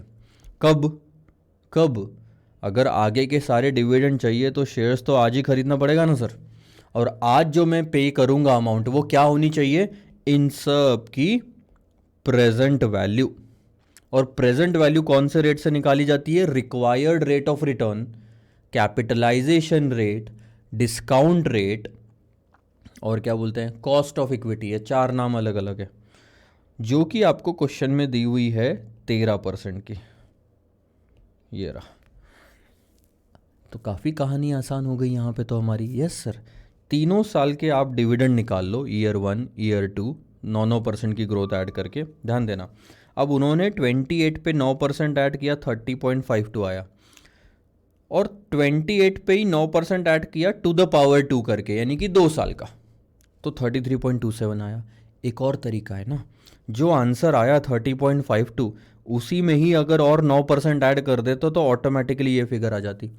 तो 33.27 लाने के 2 तरीके, इसमें 9% ऑलरेडी ऐड था ही ना 30.52 में, तो और 9% ऐड करके इधर आ गए। तो आप ये ऐसे ले जाओ या ऐसे, आपका आंसर सेम आता है। कंपाइलर में ये भी नोट कर लो अभी जो मैंने आपको यहाँ पे लिखा है। आपको दोनों तरीके पता होने चाहिए ना, एक तो ये तरीका हो गया और एक ये तरीका हो गया 33.27 लाने का। आगे बढ़े, अब तीसरे साल का भी आ गया 36.26। तीनों साल की जो डिविडेंड है ये देखो, इन तीनों साल की डिविडेंड को आपको प्रेजेंट वैल्यू पे लाना है 13% से, हर साल का फैक्टर से मल्टीप्लाई करके, और 720 को भी लाना है। आप चाहो तो इन दोनों को टोटल करके एक ही फैक्टर से मल्टीप्लाई कर सकते हो, क्योंकि दोनों तीसरे साल के एंड में देखो ये रहा, पहले साल का डिविडेंड पहले साल का फैक्टर, दूसरे साल का डिविडेंड दूसरे साल का फैक्टर, तीसरे साल का डिविडेंड तीसरे साल का फैक्टर, तीसरे साल की प्राइस और तीसरे साल का फैक्टर। आप नोटिस करोगे ये दोनों फैक्टर सेम है 0.693, यानी कि आप दोनों अमाउंट को टोटल करके एक बार मल्टीप्लाई कर सकते थे तो भी आंसर सेम आता। यहाँ पे उन्होंने आपको बेटर क्लैरिटी होनी चाहिए बोल के पूरा का पूरा अलग से लिखा। आप प्रेजेंट वैल्यू निकाल लो, ये आपकी आ गई शेयर की प्राइस। आपने मैक्सिमम इतना पे करना चाहिए। क्वेश्चन इज क्यों, क्योंकि आपको फ्यूचर में प्रेजेंट वैल्यू के टर्म्स में इससे ज़्यादा नहीं मिल रहा, तो इससे ज़्यादा आज शेयर खरीदने के लिए देना भी नहीं चाहिए। तो ये क्वेश्चन था जहां पे सर 3 साल के लिए ग्रोथ हो रही थी। अब दूसरा पार्ट देखो, maximum price mister A will be willing to pay for share if he is of the opinion that the 9% growth can be maintained indefinitely, underline करो इनडेफिनेटली, और ऊपर में लिखो परपेचुअल। क्या मतलब होता है इनडेफिनेटली का? परपेचुअल। पहले वाले पार्ट में तो उन्होंने बोला 3 साल तक ग्रोथ होगी 9% की, और फिर 720 में बिकेगा, या फिर 20 रुपये में 720 प्राइस होगी। यहाँ तो भैया इनडेफिनेटली है, परपेचुटी है, तो परपेचुटी वाला कॉन्सेप्ट लगेगा। परपेचुटी वाला कॉन्सेप्ट क्या है? Market price is equal to dividend 1+G divided by cost of equity -G। क्यों मैंने D0 इंटू 1+G लिया? क्योंकि क्वेश्चन में D0 दिया हुआ है स्पेसिफिकली, तो मैंने ले लिया। आप 28 में 9% ऐड करो, कॉस्ट ऑफ इक्विटी 13%, 13 ही है ना, राइट, और 9% की ग्रोथ, आपका आंसर आ जाएगा यहाँ पे। हम देखते हैं साइड वाले पार्ट में, ये देखो D0 में 9% ऐड किया तो 30.52 आ रहा, 28 नहीं लिया उन्होंने, 28 में 9% ऐड करा, और ये आंसर तो आपका 763। कोई दिक्कत है बताओ इसमें? ऊपर वाला पार्ट भी ये और कुछ नहीं, D0 इंटू 1+G ही है, ठीक है। अब लास्ट वाला पार्ट देखो, the price of the share at the end of the 3 year. अब आपको वो आज की प्राइस नहीं पूछ रहे, ध्यान देना। यहाँ पे उन्होंने MP0 पूछा, यहाँ पे उन्होंने MP0 पूछा, यहाँ पे वो MP3 पूछ रहे हैं, और MP3 निकालने के लिए उसके अगले साल का डिविडेंड लिया जाता है। If 9% growth rate is achieved and assuming the other condition remaining same as in 2 above. और क्या कंडीशन थी इसमें? कॉस्ट ऑफ इक्विटी 13% होगा, यही तो कंडीशन थी ना, as in 2 above, cost of equity आपका 13% होगा। अब वो बोल रहे हैं सिंपल सी बात है सर, कुछ नहीं, सेम फॉर्मूला वापस लगेगा। उन्होंने आपको MP0 नहीं पूछा, अब वो बोल रहे हैं MP4 बताओ, ठीक है। अब MP4 के लिए हमें डिविडेंड 5th ईयर का चाहिए होता है। डिविडेंड 5th ईयर का कब निकलेगा? जब, सॉरी 5th नहीं, MP4 भी नहीं है, सॉरी, ये आ जाएगा आपका MP3। 3 निकालना है, market price at the end of 3 निकालने के लिए आपको डिविडेंड 4th ईयर का चाहिए, और 4th ईयर के डिविडेंड के लिए 3rd ईयर के डिविडेंड में ग्रोथ ऐड करनी पड़ेगी, ध्यान देना। MP3 is equal to D4 divided by cost of equity minus growth. D4 यानी कि D3 in bracket 1 plus growth divided by cost of equity minus growth. अब आपको cost of equity 13%, growth rate 9% indefinitely दिया है 1.09। बात आती है D3 की। D3 कैसे निकालोगे सर? D3 आपने इस तरीके से निकालना है, इस तरीके से कि इसके अंदर, ये जो क्वेश्चन नंबर 2 था, इसके अंदर D3 क्या आ रहा था आपका? 9% इन्होंने क्लियर बोला, the price of the share at the end of 3 years, अगर 9% ग्रोथ रेट अचीव की जाती है, और वो भी इनडेफिनेटली, क्योंकि एज इन 2 अबव बता रहा है। तो आप सिंपल सा फैक्ट है, आपका D0 था 28, D1 में आपने 9% ऐड करा तो 30.52 आया था, ये देखो, फिर 9% ऐड किया, और D3 आपका जो आ रहा था वो था 36.26। यही आपको लेना है, 36.26 आप ले लो यहाँ पे, ये रहा 36.26। उसमें ये तो हो गया सर D3, इसमें ग्रोथ ऐड करोगे तो D4 आएगा, एम आई राइट? फिर कॉस्ट ऑफ इक्विटी और ग्रोथ, नीचे में आपका प्राइस आ गया, रेडी है, कोई दिक्कत नहीं। सेम क्वेश्चन है, जैसा ये वाला था ना वैसा ही ये वाला है, सिर्फ एक ही फ़र्क है, ये 0 पॉइंट पे निकाल रहे हो, ये 3rd ईयर के एंड में निकाल रहे हो। क्योंकि 0 पॉइंट पे निकाल रहे हो तो उसके अगले साल का डिविडेंड ले रहे, यहाँ 3rd ईयर में निकाल रहे हो तो उसके अगले साल का डिविडेंड ले रहे हो, और कुछ भी नहीं। चलो क्वेश्चन नंबर 19 में आपको होमवर्क दे रहा हूँ, थोड़ा आप करके देखो, अब आइडिया आएगा, ज़्यादा डिफ़िकल्ट है ही नहीं वो। क्वेश्चन नंबर 20 हम लेते हैं, उसमें सेकंड वाला पार्ट ही है ज़्यादा समझाने लायक।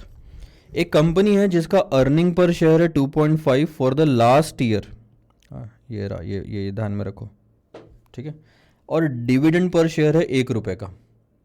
Earning is expected to grow at 2% a year in long run, तो ये हो गई ग्रोथ रेट।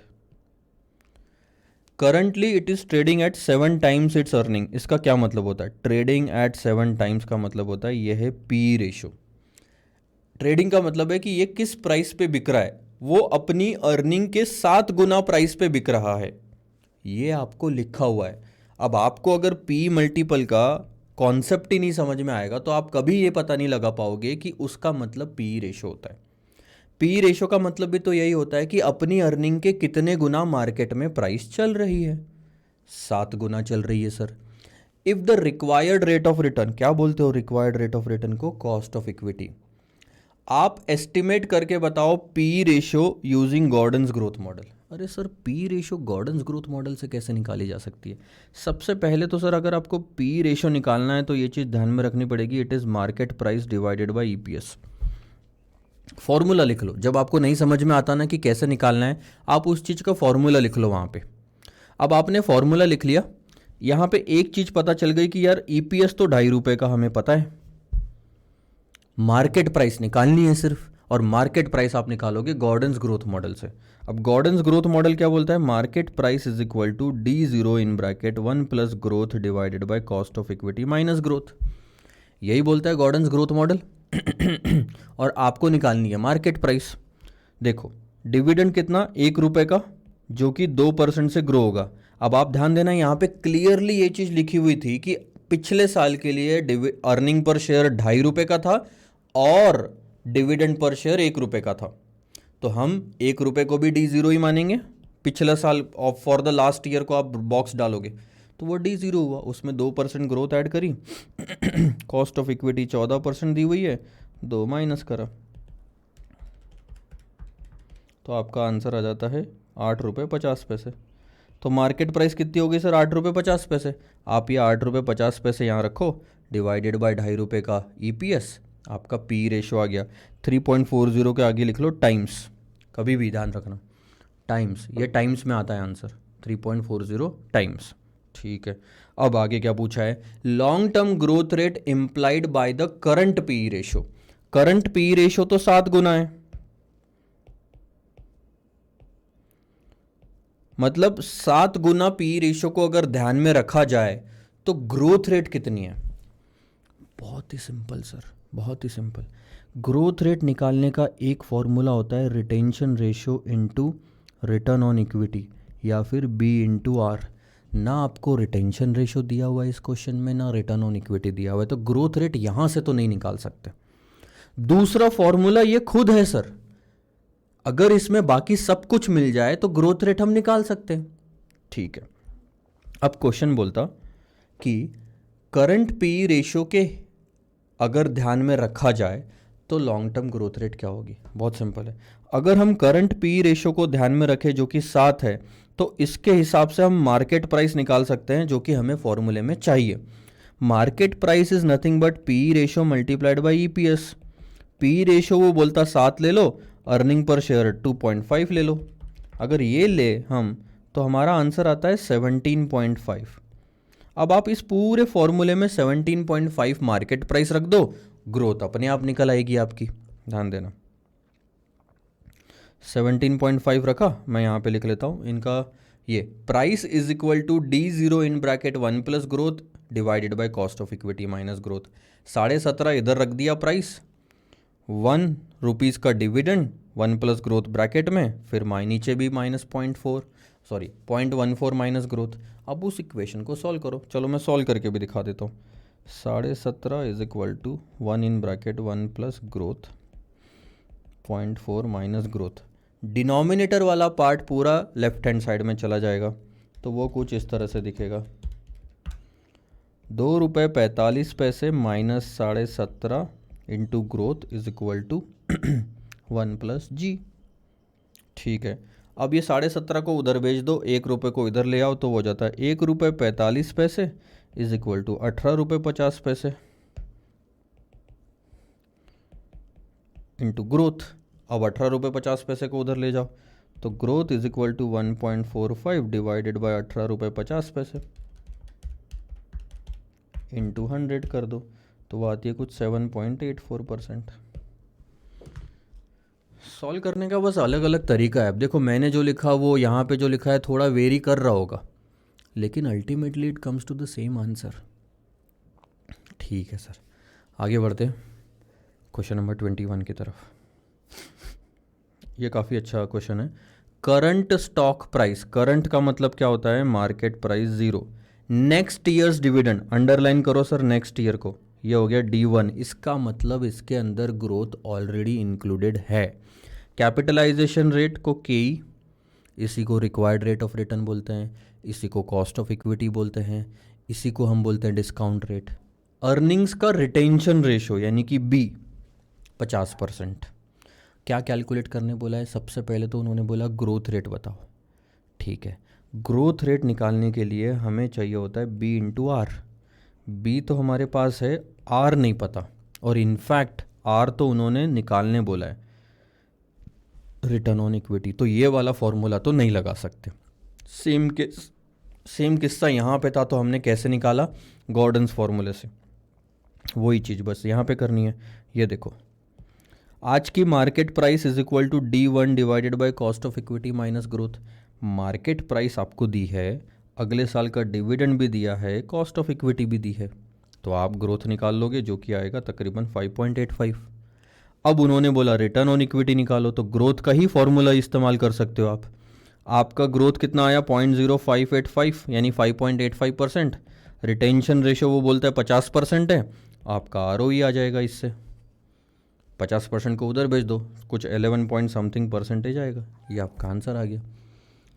बहुत आसान सा क्वेश्चन था, बट थोड़ा सा दिमाग लगाने की ज़रूरत थी। क्वेश्चन नंबर 22 अब आपका आएगा। डिस्कस करते हैं sir question number 22। Following information आपको दी हुई है, एक कंपनी है XP limited for the year 2018। अब थोड़ा सा ध्यान देना, हर चीज़ इंपॉर्टेंट है। इक्विटी शेयर कैपिटल जिसकी फेस वैल्यू 10 रुपये है वो है 200 लाख के, तो इससे आप नंबर ऑफ शेयर निकाल सकते हो। 200 बाय 10 करोगे, आपके नंबर ऑफ शेयर्स आ जाएंगे 20 लाख। रिजर्व सरप्लस आपको 600 लाख का दिया हुआ है, और 600 और 200 मिला के टोटल इक्विटी कैपिटल होता है 800 का, यानी कि पूरा इक्विटी कैपिटल कितना है, मैं अगर क्वेश्चन में बोलूँ तो वो है 800 लाख का। डिबेंचर्स आपको 10% के दिए हुए हैं, 100 रुपये की फेस वैल्यू वाले 350 लाख। तो इससे दो चीज़ें निकलती है कि डिबेंचर का इंटरेस्ट जो है वो आता है कुछ 10% यानी कि 35 लाख रुपए एक साल का, और जो नंबर ऑफ डिबेंचर्स है वो है 350 लाख बाय 100 यानी कि तकरीबन 3.5 लाख डिबेंचर्स। ठीक है, अब ये 800 और 350 अगर आप 800 ही है ना, 600 200 800 और 350 अगर आप टोटल करो तो साढ़े बोलता हूँ 800 और 350 अगर आप टोटल करो तो वो 1150 का टोटल आपका कैपिटल आता है। ठीक है, टोटल कैपिटल 1150। उसके बाद टोटल असेट्स है आपके 1200 लाख के। Asset turnover asset turnover ratio आपका 2 बार है। इसका मतलब क्या है कि आपके पास जितने असेट्स है वो कितनी बार टर्नओवर में कन्वर्ट होते हैं। तो टर्नओवर, इसका फॉर्मूला एक तो आपको याद रहना चाहिए, कन्फ्यूजन यही होता है, turnover divided by assets is equal to 2। अब भले ही असेट्स पहले लिखा है, टर्नओवर बाद में लिखा है, बट अपने मन से तो आप फॉर्मूला बनाओगे नहीं। इसका मतलब क्या होता है ये समझ में आता है तो फॉर्मूला बन जाता है। असेट टर्नओवर रेशियो का मतलब आपके पास अगर 5 रुपए के असेट है, आप उसको 2 बार सक्सेसफुली टर्नओवर में रोटेट कर सकते हो अगर साल भर में, यानी कि आपने 5 रुपए के असेट्स को 10 रुपए के टर्नओवर में कन्वर्ट करा।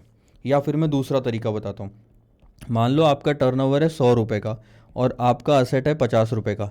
इसका मतलब इन 50 रुपये के असेट्स को इस्तेमाल करके आपने 100 रुपये का टर्नओवर बनाया साल भर में, यानी कि आपने असेट्स को टर्नओवर में कितनी बार कन्वर्ट करा, 2 बार, 50 और 50, तब जाके तो 100 हुआ ना। तो असेट टर्नओवर रेशियो 2 बार है, तो इसका मतलब आप टर्नओवर निकाल सकते हैं क्या? Yes sir. असेट कितने हैं? 1200, यहाँ रख दो आप 1200 इंटू 2, तो आपका टर्नओवर यहाँ पे आ जाएगा 2400 लाख। ठीक है सर, एक और चीज़ आ गई अपनी आगे। टैक्स का रेट दिया है 30%, ये किस पे लगता है सर? प्रॉफिट बिफोर टैक्स पे लगता है। ऑपरेटिंग मार्जिन, ये रहा आपका प्रॉफिट, 10% का। मार्जिन किसका निकालते हो आप? सेल्स का निकालते हो हमेशा। तो आपका मैं बोल सकता हूँ पीबीटी आ जाएगा अराउंड 240 लाख का। देखते हैं थोड़ा ऊपर नीचे और आगे डिटेल दी गई तो फिगर्स बदल भी सकती है। आगे आपका 240 का ऑपरेटिंग मार्जिन, ठीक है, बट ये प्रॉफिट बिफोर टैक्स नहीं बोल सकते इसको, रुको, ऑपरेटिंग बोला है उसने, सिर्फ मार्जिन नहीं बोला। नेट प्रॉफिट मार्जिन 10% का होता तो 240, यानी मेरा ये बोलना है कि नेट प्रॉफिट मार्जिन दिया होता तो वो होता पीबीटी, लेकिन उन्होंने ऑपरेटिंग बोला, यानी कि ऑपरेशन से रिलेटेड सारे खर्चे माइनस होने के बाद उसके अलावा अगर कोई खर्चा है फाइनेंसिंग से रिलेटेड, डिवेंचर इंटरेस्ट, उसके पहले ऑपरेशन से रिलेटेड सारे खर्चे माइनस होने के बाद का प्रॉफिट, तो ये आपका आएगा ईबीआईटी या पीबीआईटी बोलो, जो कि आता है 240 लाख का, 10% of the turnover. Dividend pay out ratio, जो भी आपका प्रॉफिट आफ्टर टैक्स आएगा उसका 20% will be the dividend. Market price अभी की आपको 28 रुपये दी हुई है, कॉस्ट ऑफ इक्विटी भी आपको दिया हुआ है। आगे बढ़े। अब उन्होंने बोला कि आप सबसे पहले जो काम करना है वो है सर इनकम स्टेटमेंट तैयार करो। इनकम में सबसे पहले हम सेल्स लेंगे, यानी कि टर्नओवर 2400 लाख का, उसके बाद उसके खर्चे लेंगे। अब ऑपरेटिंग मार्जिन 10% का है तो ऑपरेटिंग एक्सपेंसेस 90% के हो गए सर हमारे। उसके बाद ईबीआईटी आ जाएगा, यानी कि आपका टर्नओवर। अब हम आगे अगले पेज पे चलते हैं, ध्यान देना। सेल्स 2400 का आ गया आपका, यहाँ पे पूरी वर्किंग दी हुई है, यही सारा अभी हमने कैलकुलेट करा, तो मैं यहाँ से लेना चालू करता हूँ। ऑपरेटिंग एक्सपेंसेस आपका 90% आ गया, ईबीआईटी आपका 10% आ गया 240, इसमें से आपने इंटरेस्ट माइनस कर दिया। तो इसी ईबीआईटी को ध्यान देना, इधर मार्किंग कर लो, ये हो गया आपका ऑपरेटिंग मार्जिन। ऑपरेटिंग का मतलब ही होता है सर ऑपरेशन से रिलेटेड सारे खर्चे माइनस होने के बाद का प्रॉफिट। अब इंटरेस्ट भी सर खर्चा है, लेकिन ये ऑपरेशन से रिलेटेड नहीं है, इसको हम फाइनेंसिंग चार्ज कहते हैं। ये फाइनेंशियल एक्सपेंसेस है, ये ऑपरेशनल एक्सपेंसेस नहीं है। तो उसमें से आपने ये माइनस कर दिया, ईबीटी आ गया 205 का, उसमें से टैक्स माइनस कर दिया, टैक्स में से माइनस करने के बाद आपका ईएटी आ गया। अब यही ईएटी प्रॉफिट आफ्टर टैक्स था जिसका 20% आपने डिविडेंड बांटा, और रिटेन्ड अर्निंग्स ऑटोमेटिकली कितना हो गया? 80%। ठीक है, ये आपका सबसे पहला वाला पार्ट हो गया, इनकम स्टेटमेंट तैयार करना। इनकम स्टेटमेंट में ध्यान रहे आपने कहाँ से शुरू करा था? सेल्स से शुरू करा था, तो आपका पूरा पिक्चर आना चाहिए। सेल्स के बाद खर्चे, खर्चे के बाद प्रॉफिट, प्रॉफिट के बाद फाइनेंशियल एक्सपेंसेस, उसके बाद प्रॉफिट, फिर उसमें से टैक्स, टैक्स में से डिविडेंड, ऐसा पूरी सीक्वेंस आपकी आनी चाहिए समझ में। उसके बाद उन्होंने बोला growth rate which is nothing but B into R. B यानी रिटेंशन रेशियो, जो कि अभी अभी हमने देखा 80%, और रिटर्न ऑन इक्विटी। अब बताओ रिटर्न ऑन इक्विटी कैसे कैलकुलेट करोगे? यहाँ तो क्वेश्चन में दिया हुआ ही नहीं है। सिंपल सी बात है सर, रिटर्न ऑन इक्विटी का मतलब हो गया न्यूमरेटर में ले लो रिटर्न, डिनोमिनेटर में ले लो इक्विटी। तो रिटर्न आपका प्रॉफिट आफ्टर टैक्स, इक्विटी हो गया 800 लाख का, पूरा कैपिटल देखना। तो देखना यहाँ पे उन्होंने कैलकुलेट करा होगा, नहीं करा, यहाँ होगा फिर दूसरे वाले पार्ट में। Profit after tax divided by net worth, net worth में आपका आ गया इक्विटी कैपिटल और रिजर्व्स एंड सरप्लस। तो देखो 143.5 का आपका अर्निंग आफ्टर टैक्स, यही वो अर्निंग है जो इक्विटी वालों में बटनी है। न्यूमरेटर में जो अर्निंग ले रहे हो वो इक्विटी वालों की होनी चाहिए, डिनोमिनेटर में जो कैपिटल ले रहे हो वो भी इक्विटी वालों का ही होना चाहिए। तो हमने ले लिया, और हमारी ग्रोथ रेट, हमारी रिटर्न ऑन इक्विटी आ गई 17.94%। अब हमने रख दिया यहाँ पे, ये लिखो या फिर आप लिखो बी इंटू आर, यानी कि 80% इंटू 0.1794, आपका आंसर आएगा। ग्रोथ रेट आपकी 14.35%। Sustainable growth rate. अब सस्टेनेबल का मतलब आपने चैप्टर 1 में पढ़ा होगा, सस्टेनेबल किसको कहते हैं, financial policy and corporate strategy में। आगे बढ़े। Determine the fair price of the company using dividend discount model. Okay, fair price, यहाँ पे हम क्लियरली निकाल सकते हैं market price is equal to D0 in bracket 1 plus growth divided by cost of equity minus growth.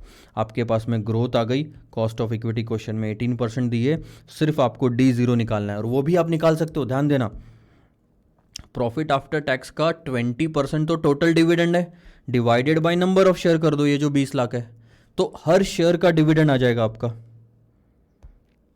ये देखो आपका dividend कितना आया था पिछले वाले पेज पे 28.7, और divided by number of share से करोगे तो हर शेयर का डिविडेंड इतना आ गया। अब आप इसमें रखो कि एक शेयर का डिविडेंड इतना, ग्रोथ रेट इतनी, कॉस्ट ऑफ इक्विटी इतनी और आपकी ग्रोथ रेट माइनस कर दिया, तो आपका आ गया प्राइस। बहुत ही सिंपल हुआ कहानी, ठीक है, कोई भी दिक्कत नहीं, इसमें समझने लायक ज़्यादा कुछ बचा नहीं है। ठीक है सर, अब आगे बढ़ते हैं। तो ये हो गई हमारी फेयर प्राइस। अब क्वेश्चन क्या बोलता है, अब क्वेश्चन बोलता है आप अपना ओपिनियन दो कि जो कंपनी की करंट शेयर प्राइस चल रही है 28 रुपये, उसका क्या करें। बहुत सिंपल है सर, आप आखिरी में ले जाके ये बोलोगे कि देखो भाई साहब, एक्चुअल मार्केट प्राइस जो कंपनी के शेयर की है वो 28 रुपये क्वेश्चन में दी हुई है, थेरोटिकल मार्केट प्राइस जो है वो है 44.93। अब आप क्लियरली बोल सकते हो कि actual market price theoretical market price से कम है। जब हमें लग रहा है कि वो शेयर 44.93 में बिकना चाहिए और वो मार्केट में एक्चुअल में 28 में ही मिल रहा है, तो सस्ता मिल रहा है, तो हम क्या बोलेंगे, वो अंडर वैल्यूड है। हम क्या बोलेंगे, वो अंडर वैल्यूड है। इसके साथ पूरा क्वेश्चन हो गया ख़त्म। देखो आपको दो चीज़ें हो सकती है यहाँ पे, बहुत बार आपको ये लगेगा कि अरे सर तो जो आंसर दिया उसी को ही पढ़ के बता रहे। जहाँ जहाँ बहुत आंसर इजी है, कैलकुलेशन इजी है, वहाँ मुझे समझाने की ज़रूरत ही नहीं है। तो मैं जितना बोल रहा हूँ उतना भी बोलने की ज़रूरत नहीं है देखा जाए तो, फिर भी मैं उस चीज़ को एक बार समझा देता हूँ। मैं आपको हर वो पॉइंट समझाऊंगा जहाँ पे आपको वैल्यू एडिशन होगा। जैसे इस वाले क्वेश्चन में अंडर वैल्यूड दिया था फोर्थ वाले पार्ट में, बट वो कैसे निकलता है वो तो मेरा एक्सप्लेन करने का काम है ना, वो मैं ज़रूर बताऊंगा। यहाँ पे मैंने आपको बताया कि सस्टेनेबल ग्रोथ रेट के लिए B/R चाहिए। आप हमेशा वो यही वाला फॉर्मूला थोड़ी इस्तेमाल करोगे, इसमें कुछ और दिया हुआ है, मान लो ROE इन ब्रैकेट 1 - B, अल्टीमेटली वहीं पे आना चाहिए हमने। ठीक है, ऐसा है, जहाँ जहाँ कॉन्सेप्चुअल प्रॉब्लम आएगी वहाँ वहाँ मैं ज़रूर एक्सप्लेन करूँगा। ये आप होमवर्क ले लो, सिमिलर नेचर का है, तो 23 आपका होमवर्क चला जाएगा। 23 होमवर्क चला गया। अब हम देखेंगे सर 24 में बहुत सिंपल सी बात है, आपको सस्टेनेबल ग्रोथ रेट निकालनी है, यानी कि अभी भी अपना B/R वाला फॉर्मूला इस्तेमाल होगा और इसमें हमें B और R दोनों निकालना है, वो भी बोथ द प्रपोजल्स। तो काफ़ी मज़ा आएगा इसमें, आओ देखते हैं।